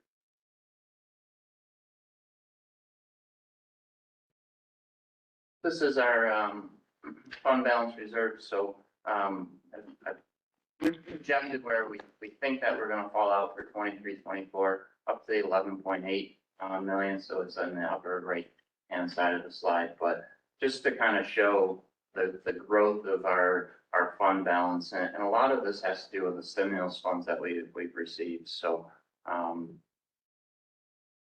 but I just wanted to highlight, our fund balance and what we're anticipating our fund balance to be as of, at the end of 23-24. So just a little north of 10 million. It's good because there's. That is the, ahead. the highest fund balance that we would have had in, Well, forever, and this was a concerted effort.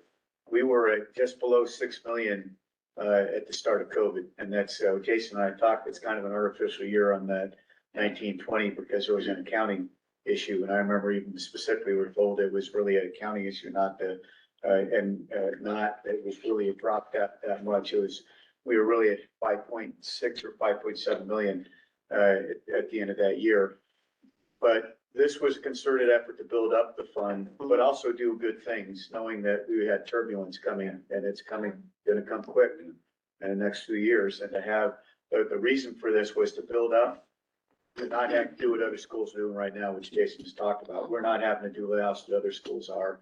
MVCCC was, or Mohawk Valley, for instance, was facing in the discussion with the president, a $9 million deficit that they were looking at for the following year, starting this past year.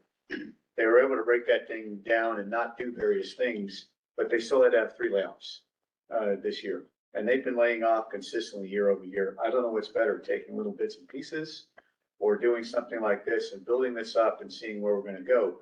So if we can maintain a 300 to 500K use of our general fund, then we have several years to see what the environment is going to be in the future and to face the environment and do so in a thoughtful manner without having to jump in, take crisis type of thought processes and do things thoughtfully. And so this was a very concerted effort that we've been talking about once we found out we were getting the stimulus funds, what we needed to do while we were doing good things as well. We always talked about a percentage of our overall budget. Remind us again of the 23-24 roughly total budget number, 49 million.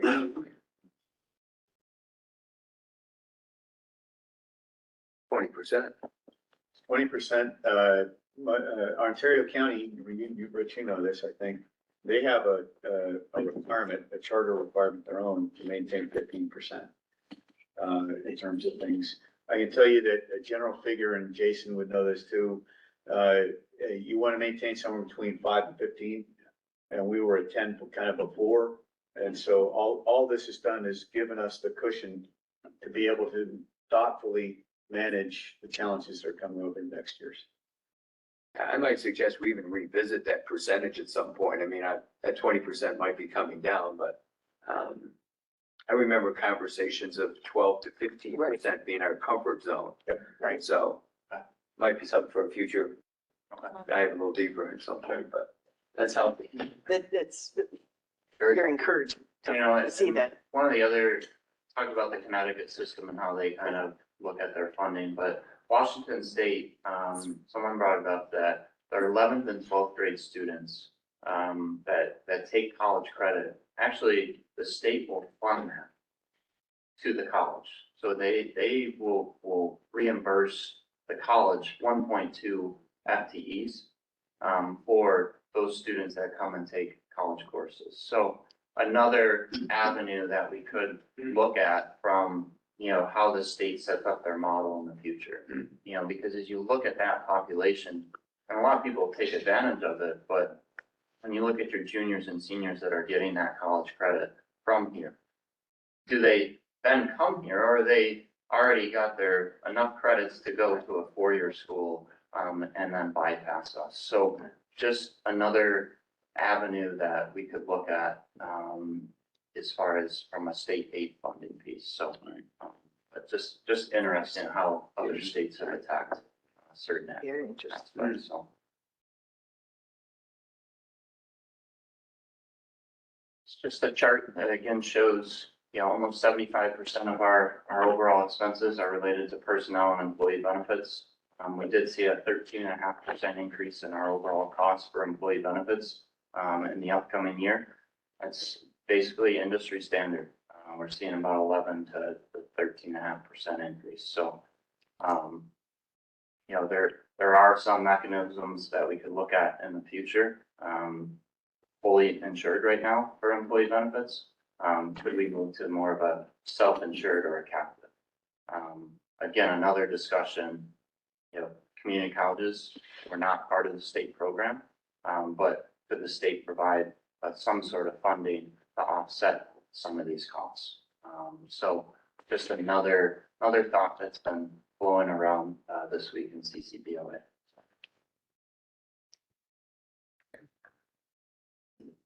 And then this is just a slide on the SUNY average of our community colleges versus our average costs per FTE. So still maintaining a low number.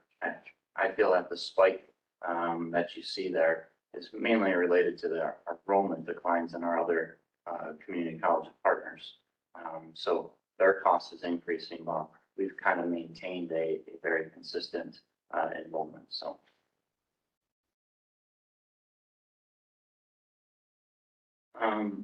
This is just a budget pulled together, very similar information that we've shared in other slides. I do want to highlight for 24-25 and then 25-26, anticipating about a 2% decline in enrollment, continue enrollment decline. But this also looks at taking our the state aid and moving it to the old FTE model.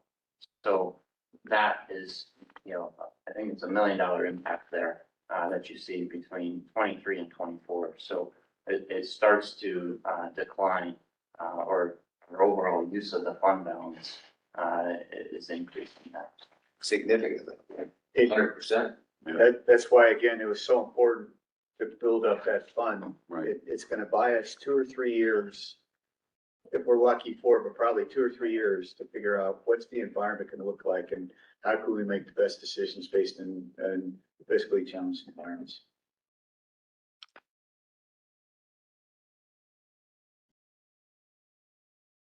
And then the next few slides here just kind of show it broken out by division. If you had any questions as you look through these slides. So. I don't think at this time. So org chart and then kind of our timeline for the rest of the budget process. So I'll be at the June 14th Ways and Means Committee to present this budget to them as well. Leave the dates that I have up here. The Board of Supervisors meeting on June 22nd. Ways and Means will recommend it in July 5th meetings. The Board of Supervisors meeting on the 22nd, that's an open public hearing? I have, Yes. Is that a meeting that we should all be attending? It'd be nice if some folks could to. Is that the regularly scheduled monthly big meeting? It'll be a barn burner. We're talking, we'll be talking that plus a bunch of other things concerning asylum seeking, so get your seat early. Oh, is it the July I think they'll put it 5th first. one? June 22nd, right? You can hope that. June 22nd. Adoption. June 22nd. Conversation usually on the 22nd. What time? Right. Yes, 6:30. Is it public hearing on the 22nd or that establishes the public hearing. So that's so it'd be on the basically, 13th? yeah, so it would be better to show up on the 13th. You're right. Okay. On the 13th? Yeah. Thank you, Donna. That was, 13th. But the Ways and Means is till 14th. Do you mean the July 13th meeting? that's the full board. The July 13th meeting will have the public hearing, which was established on the 22nd.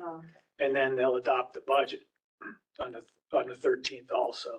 So we need to be, which one? Which would be We were in told the 22nd by the county.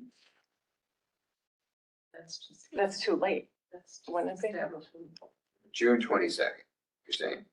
June 22nd, yes, I'm sorry, if I said July, I apologize. Yes.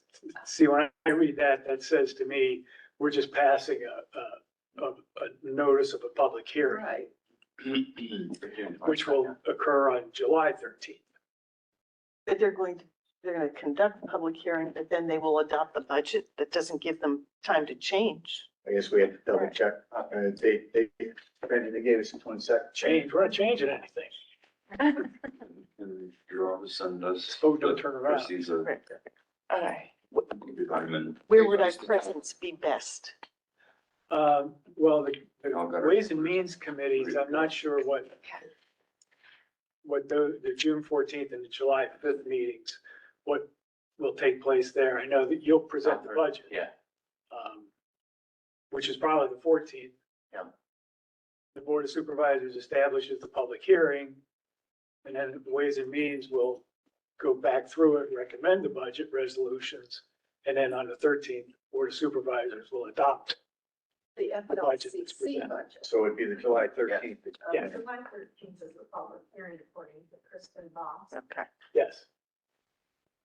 This is our timeline versus the Board of Supervisors will adopt the budget in November. If you're gonna show for one, it would be the 13th of July. Okay. I'll take any support next week. I'll be there. There's nobody over the house, right? You guys mentioned that, they've set our public hearing for June 22nd. Because we had to do some. They'll I can- introduce it. I got to send it to Second. Kristen, this presentation to her tonight, so I can ask those questions to her.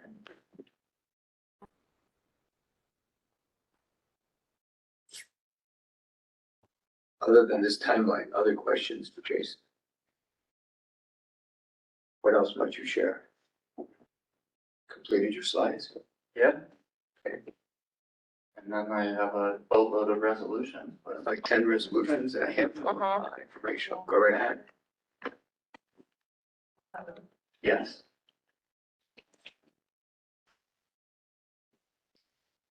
Both on my calendar. See what happens. Okay.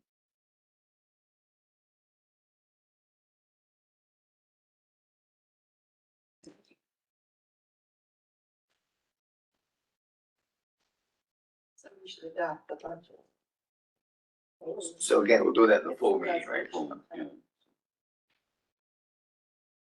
What else we have to talk about here? There are a total of 10 resolutions, so maybe I'll just pose the question to trustees. You've had a chance to get the packet now. Any questions that you have for Jason in those resolutions? Not that we don't want to hear from Jason on all 10 of them, if we can, but let's pose it as a question. Yep. Any questions? There's quite a few there. I've been through them all myself, but no, George. I didn't or- have Question. No, it's not that. Oh, I did, on Pirelli. Or- I'm really sick of seeing Pirelli. When are we gonna get rid of Pirelli? Had it. Answer that. Yeah. Seriously. Hi, everyone. Nice to see you again. I'm not sure if I can tell you Pirelli will ever go away. Is there a reason, if I may ask, why? Is it a consulting group you don't like, or is it Pirelli you don't like? No, No. no, it's the idea, I believe, however many decades ago we first got them, it was just, you know, an interim thing. For a little while. Yeah, it was just supposed to be a bridge. Yeah. Okay, so Having them come in. if it helps, we use Pirelli for two kinds of things. They're a little different. One of them is helping to run the colleague system. It's a monthly service that we pay, and they do all patching and the updates on the servers, things like that to help us, after hours and weekends. They do most of that work. And we can't do it ourselves. Not with the staff I have. How many staff would you need to take it on? I can give you a ballpark figure, but I don't know if we have the resources to do that either. Versus what we're paying Pirelli. Yeah, we're not really paying Pirelli a lot. That maintenance is around $3,000 to $4,000 a month. So that one's not too bad. What I'm asking for here is 15,000, if I remember correctly, for more of after-hours emergency and just some backup support when we need it. The only other thing that I remember off the top of my head that we used for early with this fiscal year was a $19,000 item to help with an integration with our HR system with the state of New York. So in the big scheme of things, and from my experience, I think we spent maybe 50, 60,000 total with them this year. Maybe a little more. I have to go look at all the numbers, but in the big scheme of things, from a consulting standpoint, that's not an enormous investment for what they've been giving us. And I could, if I may, I could say I'm not a big proponent of consulting groups. I have not had the best success with some consulting groups. I have had. I'm feeling okay with Farrelly. If that makes sense. They have been efficient with us. So colleague, where did colleague come from? Is this a SUNY thing? no, colleague is this. I think it might predate everyone in the room. I'm not sure, but colleague was made by Aleutian, and at some point in the past, you know, FLCC elected to use them as their student records, finance, HR, payroll system. They call it the do all- ERP system. ERP, Enterprise yeah. Resource Program. And do all the other community colleges use it? No, well, I mean, they all use something. So, right. A lot of the schools across SUNY use Banner, which is also an Aleutian product, same company, parent company, different product. I am looking at, talking with, and I got some meetings scheduled with the folks at SUNY, because they have the allocation from the state and there's some extra money for innovation and technology to see whether or not it would be reasonable for us to have them help fund us moving to Banner. But I will say right up front, Banner is not a silver bullet. Banner is not going to solve every issue we have with any of our reporting or integrations. Those still exist. They still will be a hassle from time to time. The nice thing about it, if we did go that route, is that most of the SUNY schools use that. So there's a lot of pre-built activities in it that we wouldn't have to build ourselves or have Farrelly help us with, as an example.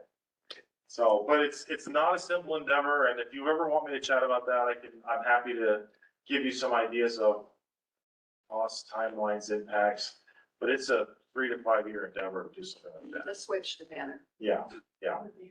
And the other issue you have is what SUNY did when everyone switched, or when they switched to Banner, is everyone went in at alone. So everyone has a different instance, and so, it may have made more sense for SUNY to say, all right, everyone's going to this instance and Banner will help you through it, but they let us go at our own pace. There's, I think, 2 of us left on. Yeah, two on colleague. So I think there's a couple on PeopleSoft, which is an Oracle product, and I think there's another one out there I don't remember that I'm not as familiar with. Workday? Oh, yeah, Workday. Switching back Yeah. after and completely collapsed. So. I'll know more after I chat with. I'm glad you're on it. Oh, yeah, I've had many conversations with them about that, and Dr. and I, educated me on the state budget and when the 200 million, I'm sure you all seen this, a couple $100 million for innovation and technology, and so I waited for that to get approved and then started, hey guys, we're right here. Okay. There is some really cool initiatives they're looking at with what Jason just said. Instead of having everyone's individual instance, they're looking at more of a global instance. There's some pros and cons to that as well, but maybe we could be a pilot site. Oh, yeah. Yeah. And then you're running 2 programs at the same time. That's great. We would migrate. Okay. There would be time where we'd be working on both systems for setup, and then we pick a day where we'd switch. So, sorry, did you? Yeah. So going back to Barb's point, when we originally had this bridge of services that they were providing for us, we were told that there was the possibility that Banner, that colleague would be incorporated into Banner from the product side of it, No. and that they would help us, but apparently nothing has come of No, that. Aleutian did not take that route at all. They're 2 separate products. And I could probably, if you all like, I could probably do a research, but the cost to hire a Banner or a Lucian developer, a programmer, our salary bands don't support that. You'd be paying them my salary or above easily to hire someone like that. So we have to hire someone at a more entry level and train them up and hope that our environment and our, love of student success and all of that keeps them, which is always an ongoing challenge, but. Okay. Thank you. Okay, thank you. Other questions for Jason's on the resolutions we have in front of us? Ready to give Jason an opportunity to make any comments, any highlights of those 10? Get a chance to read them. The fee schedule hasn't changed. There hasn't been many changes in the fees year over year. I think our athletic fee increased $15 to help support some of that cost that's associated there. Some of the nursing testing increased as well, but a lot of the fees have remained consistent year over year. So, but it will be something that, as I look through to next year, is there any other fees that we may need to increase? So. We'll be taking all these resolutions into the full meeting here. Final questions on resolutions. Seeing none, informational items. Why don't you highlight some of those for us, please, Jason? The printing of the letterhead and envelopes, I think there's much there. And then we have our architectural design, bid renewal, budget transfer report, again, net zero impact there.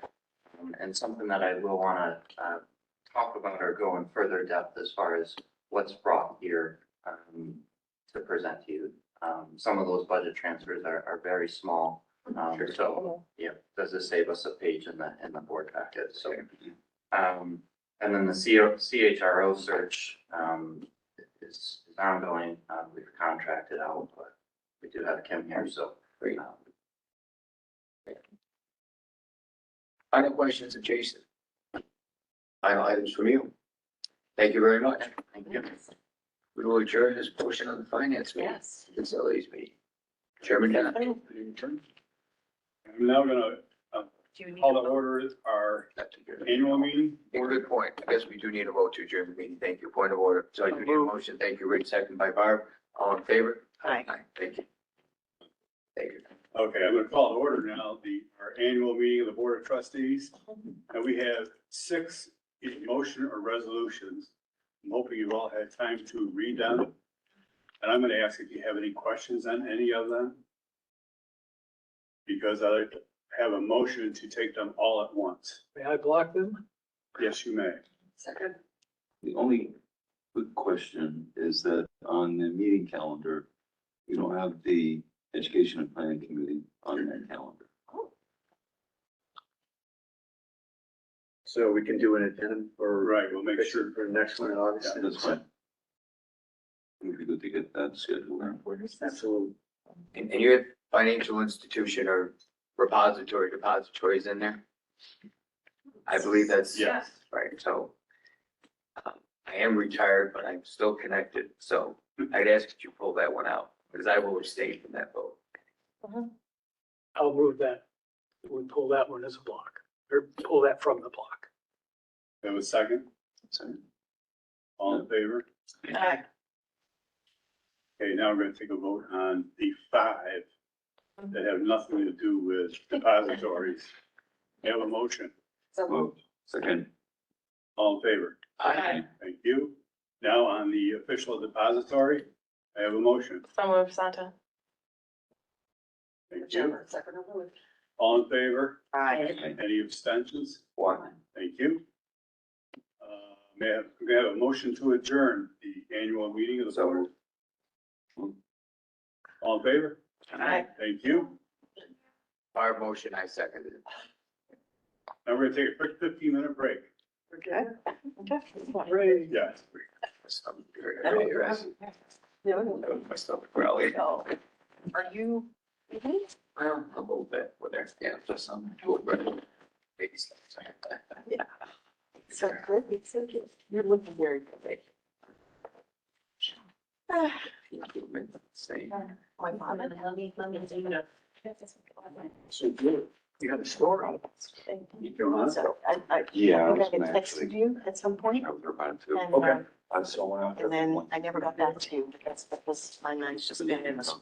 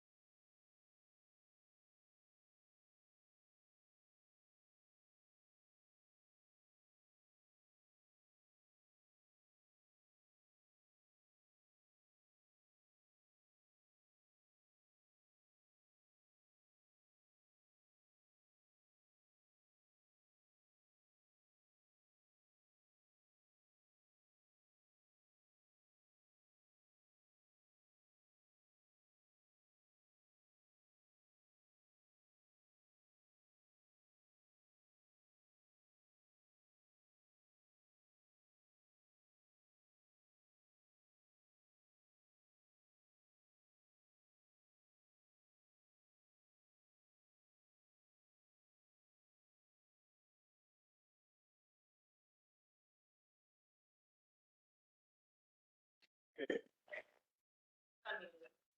like to call the June 7th Board of Trustees meeting to order.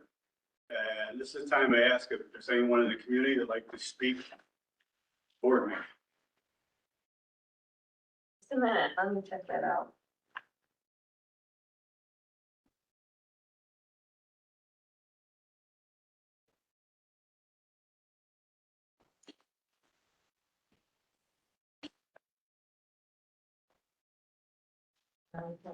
There being no one. Did you all had a chance to read the resolutions on the consent agenda? May I have a motion?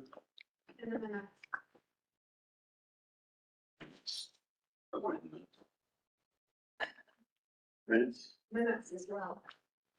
Right, that's on the consent agenda, correct? Yeah. Minutes, I so move. thank you. Second, I believe.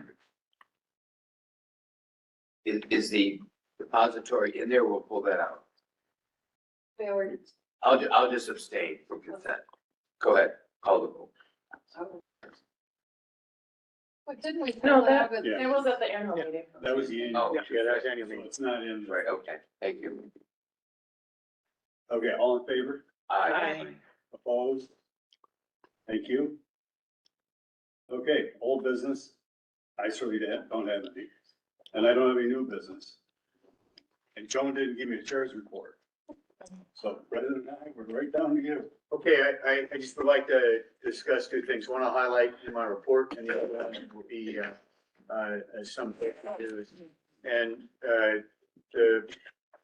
in my report, all I want to highlight is the economic impact study. It has been complete. Thank you for Deborah Ortloff for helping coordinate that and get that accomplished. And in my report was the executive summary in the short session, which tells you everything you need to know.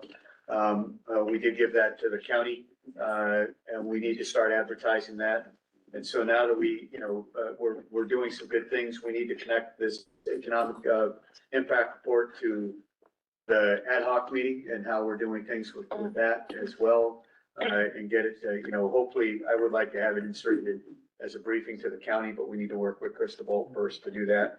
Get it out on our website, advertise it, put it in the news so that we're showing what's the value to the community for FLCC. And I'm glad we did this. I'm thankful that the county is, a partner in this and paid for half the study. It's their study too. And that's why we need to really look at it as our study with the county. And so, I don't know if you have any thoughts. You were briefed on the draft report previously. Nothing changed on it other than making it really, really pretty and a couple of minor changes. Any questions from anybody on that? Only thought is, as you're going to promote it, would it be worth having an op-ed in the Yes. paper where Yep. you can kind of speak to the value, and should that come from the president or the The president? last and the time we trustee? did it with joint with the president and the trustees. Yeah. Okay. We should include the county somehow. Yes, absolutely. Yep. So I'll be getting on Crystal Bolt. And the entire service area, not just Ontario, but also let some of the Mason and Yates as well. Absolutely. Well done. I realize the focus was Ontario County, but Well, impact, We had to pay an extra $5,000 to the Ontario County Port alone because they did the whole region. correct. And then had to pull back and say, we need the one that is focused, for various purposes. So, and all true, good points about doing the regional one as well. The two things I'd like to talk about, not in the report, SUNY gave a little bit of guidance. I haven't gotten the slides yet, but said in a president's meeting today on the 75 million that is allocated. So we had no operational fund, but the governor put in $75 million for the various initiatives. And they broke that down today into 60 million for a similar type of project they did last time. That will be focused on student success and workforce opportunities. Then they have two smaller buckets of 10 million and 5 million for strategic initiatives, and they have no plan for that at this point. So there's 60 million. They said it's going to be on a formulaic amount based on all sorts of different factors. I hope it's better than the last one where we only received 300,000, and we'll see. But it was based on enrollments. It was based on Pell students. It was based on first-time students, all sorts of different things. So it'll be interesting to see how much money we get. Is that 75 million for all 64 campuses or just 30 community colleges? All 60. Okay, so that'll be. So it's really not gonna be a lot of funds to make a significant dent, but we'll take every penny Something. that counts. And then second, we've been working on this, and I think we might have one of our first true partners of creating, George, you can correct me on this. It's not really an apprentice type program, but it's what we've been working for with, okay, if you want students, you want workers, we want students, we need to work together. And if you really want young people, and we can help you because we have a large body of students, and then to help recruit, you pay the students to go to school and have them work for you. And we've had challenges trying to get that accomplished here. Other places do it very well. One of the other places, not just, we don't do it very well in New York State, but go to other places and they do it very well. Ohio does it very well as one, for instance. But we had a lunch, and I have to do one thing that I almost forgot again, but I just remembered. We had a lunch with myself and Bree Tripoli here. I'd like to have you stand up. Bree is our interim Chief Advancement Officer, and we have met before. Graciously accepted to take on the challenge, and she is well prepared to do so, and things with many years of experience from Duke College, and has been with us for the last 4 years, doing wonderful work. So I wanted to say welcome to Bree as well. You blended in with Tim or something. I just didn't know you. But we had a lunch with Thompson Health today with Mike Stapleton and Kirk Cozen. And they had come to us in December, and so we want to pay the last semester of the nursing students a 2-year degree, and then they come work for Thompson Health. So we did the work, worked with the nursing department, and we came up with a counteroffer, which is no, pay for the whole second year and give them a $5,000 stipend. And they took it very well and said, they didn't blink an eye, said, yeah, this looks good. We'll take it back to one of our committees. And we want to get this going, and we want to hopefully link that later on down the road to what they're doing with CNAs, where they're taking CNAs and paying for them to become LPNs. They're working for the hospital and they're paying for them to go get their LPN. And they work part-time and then they do their LPN and it's paid for. So I think that's a great story that I think will come to fruition.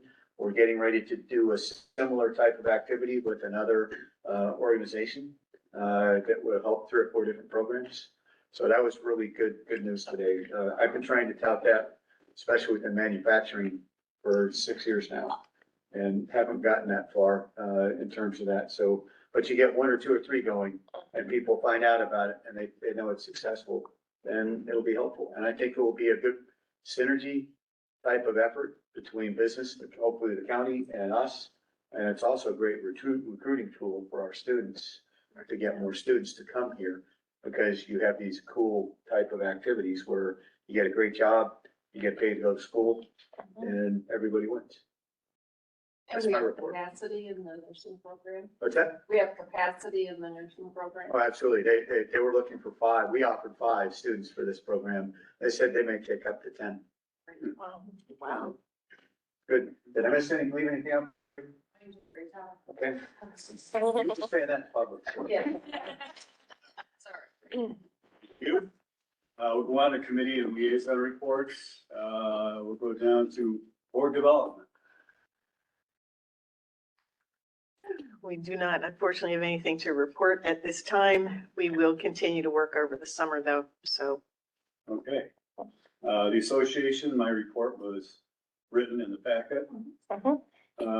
Finger Lakes Foundation. It's Joni, isn't it? Maybe Bree has something to update. Devin? The foundation, the golf tournament. Yeah, sure. Okay, so, the golf tournament is June 26th, Monday. We are on track for where we've been, in years past. We do need helpers and sponsors still, and then, often, sometimes board members provide, gift baskets for us to sign. So tell your friends, I know when many of you golf or have golf. Golfing. Thank you. You golf, I see you. Bree, would you mind sending a note around about the gift basket as a reminder? Thank you. I was just carrying the equipment around the course. MICCT, Donna. Just a very brief update. The executive committee of NYCCT had a meeting, a Zoom meeting with, I'm going to forget the gentleman's name, the chief of staff for the new chancellor. And there were presidents on there. I think Robbie popped on for a few minutes. I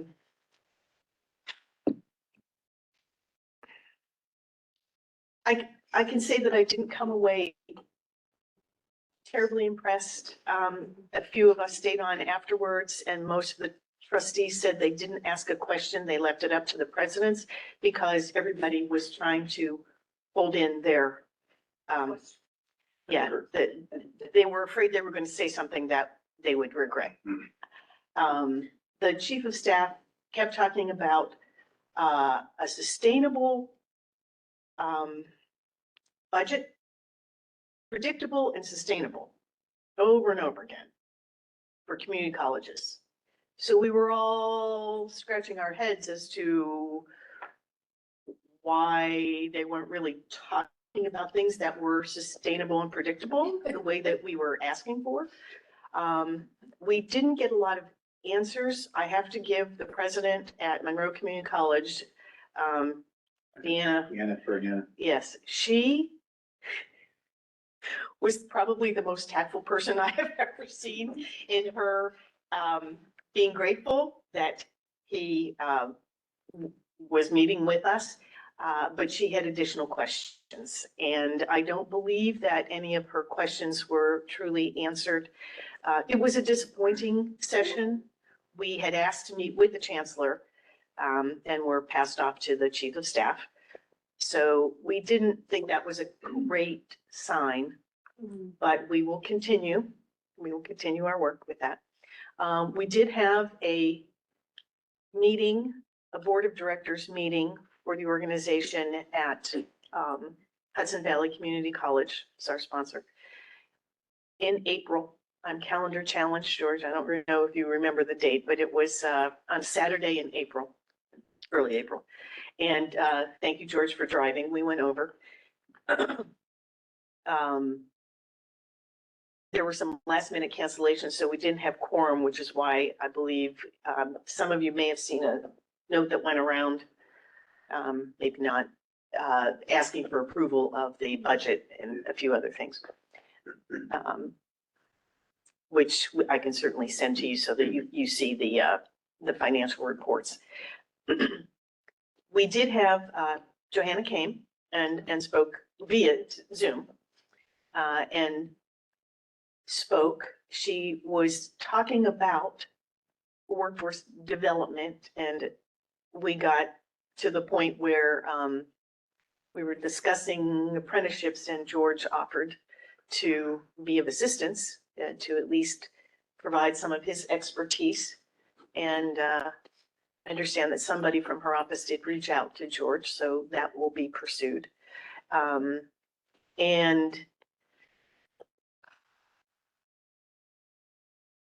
there was one more item I wanted to mention to you. Well, the advocacy efforts between NYCCT at the state level and the president's NICAP Association, I think has been fabulous this year. There was a thank you event. Did you go, George? I did. Okay, and you want to report on that? Yeah, it was not heavily attended, but we did get several of the legislators in there that were pretty key, and gave them awards and so forth. And This was in Albany. it was in Albany. As a thank you to the legislators for their support of community colleges, right? Yeah, I think it was in a unique shaped building, so I could find it because I know my way around there. But yeah, so it was, like I said, we had several legislators, including one who's in charge of the education committee. I'm trying to. The woman? Is she still there? Toby Stavinsky. She's new. Yeah. Oh, No, it was Toby, wasn't it? was it Toby?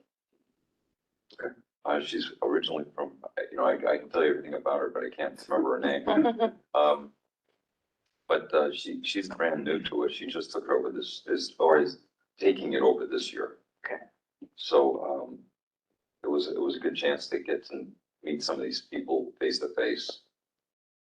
Because over the summer is when we have to be able to get together with a lot of these folks to meet with them, to start the process early and to get time on their calendars, because otherwise you wait till when we were doing it. It's a struggle. So when they're home in their districts, when they're back in their district. And I believe Andreas, our hired advocate, was planning to make the governor's office, part of that as well, a specific effort, Right. as I recall. There was nothing at that event, but yes. Okay. And I really have to say how impressed I am that George and the Committee on Government Relations and Advocacy at the state level has been incredibly active. There's like 49 meetings that they held. The other week, It was an extremely active we saw the ones with the. advocacy group. And because we're starting in the summer this year, there's high hopes that we will be higher on the radar screen at least. Who knows what will come of it, but it's a very good sign. And thank you, George, for all of your efforts on that committee. You too. And the last thing is, it's today, Wednesday, tomorrow morning, we have a joint meeting with the executive committee of NYCCT and CUNY Board of Trustees. And David Mathis, who was the longest serving trustee in the state of New York, remembers when CUNY and SUNY community colleges were all part of NYCCT. And so he's going to talk about the history, and then we've tried to do some outreach with them, and they have been very interested in working with us. I believe that the split happened when there was legislation put forward to make the city, the CUNY schools, tuition free. They were for And yes, they're not now, early century. but yes. So at some point during that, I think there was a split because they were just separate animals then at that point. But I think everyone is feeling the need to present a coordinated front. And so tomorrow's the first time we'll be officially meeting together to see how we might be able to move forward in collaborating with each other on anything to the benefit of both of us. So I'm very, very optimistic. I have to say that really, I don't know, how the past 12 years or so, when you first got involved, you have really been the spearhead for changing NYCCT. I mean, I can't tell you, the first few meetings I went to, it was moribund, to say the least. So kudos to you, Donna. Thank you. I was able to sit with several of them at some of these meetings, and it was apparently a real mess, and Donna's really been at the center of it, even having sessions at her home with Wegman snacks to put strategies together to get this thing going forward. And so I think our next challenge is to try to get it more broadly accepted in community colleges like it is here, where we've got more trustees involved. Yeah. And that'll take some time. It's huge what's been started. And I remember going to the first meeting with you in Syracuse, but Shaking in my boots. you did awesome. And a couple of the other trustees were with us. I think you were with us and Joan was with us. But what's important is you're starting to create a body that is influential that we don't have in the state. If you go to other states, Florida or New Jersey, the trustees are an exceptionally powerful advocacy group that get the ears of the legislators and the governors in those states in a way that we don't have here. So it's been a huge progress. Thank you. Absolutely. Last one, student corps. He is not here. Nita. I do the, student, yeah, well, I was in Scotland, so, I was unable to attend that last meeting, so I haven't been. Okay. All right, now I'm gonna need a motion to discuss matters regarding the employment history of a particular person. Matters leading to the employment of a particular person pursuant to Article 14 of the Civil Service Law and New York Public Officers Law, 7/105. I'll move it. Have a second? Second. All in favor? Aye. Aye. Opposed? Thank you. We are now in executive session. You all are free to go front fast. Oh, give me the motion. Steve, then, I made it. Donna. I got it covered. Around now, Rich. I'm proud of myself for remembering. Kim, it was nice to see you again. So it's true. Yes. Did you really? 18 years ago, we went to grad school.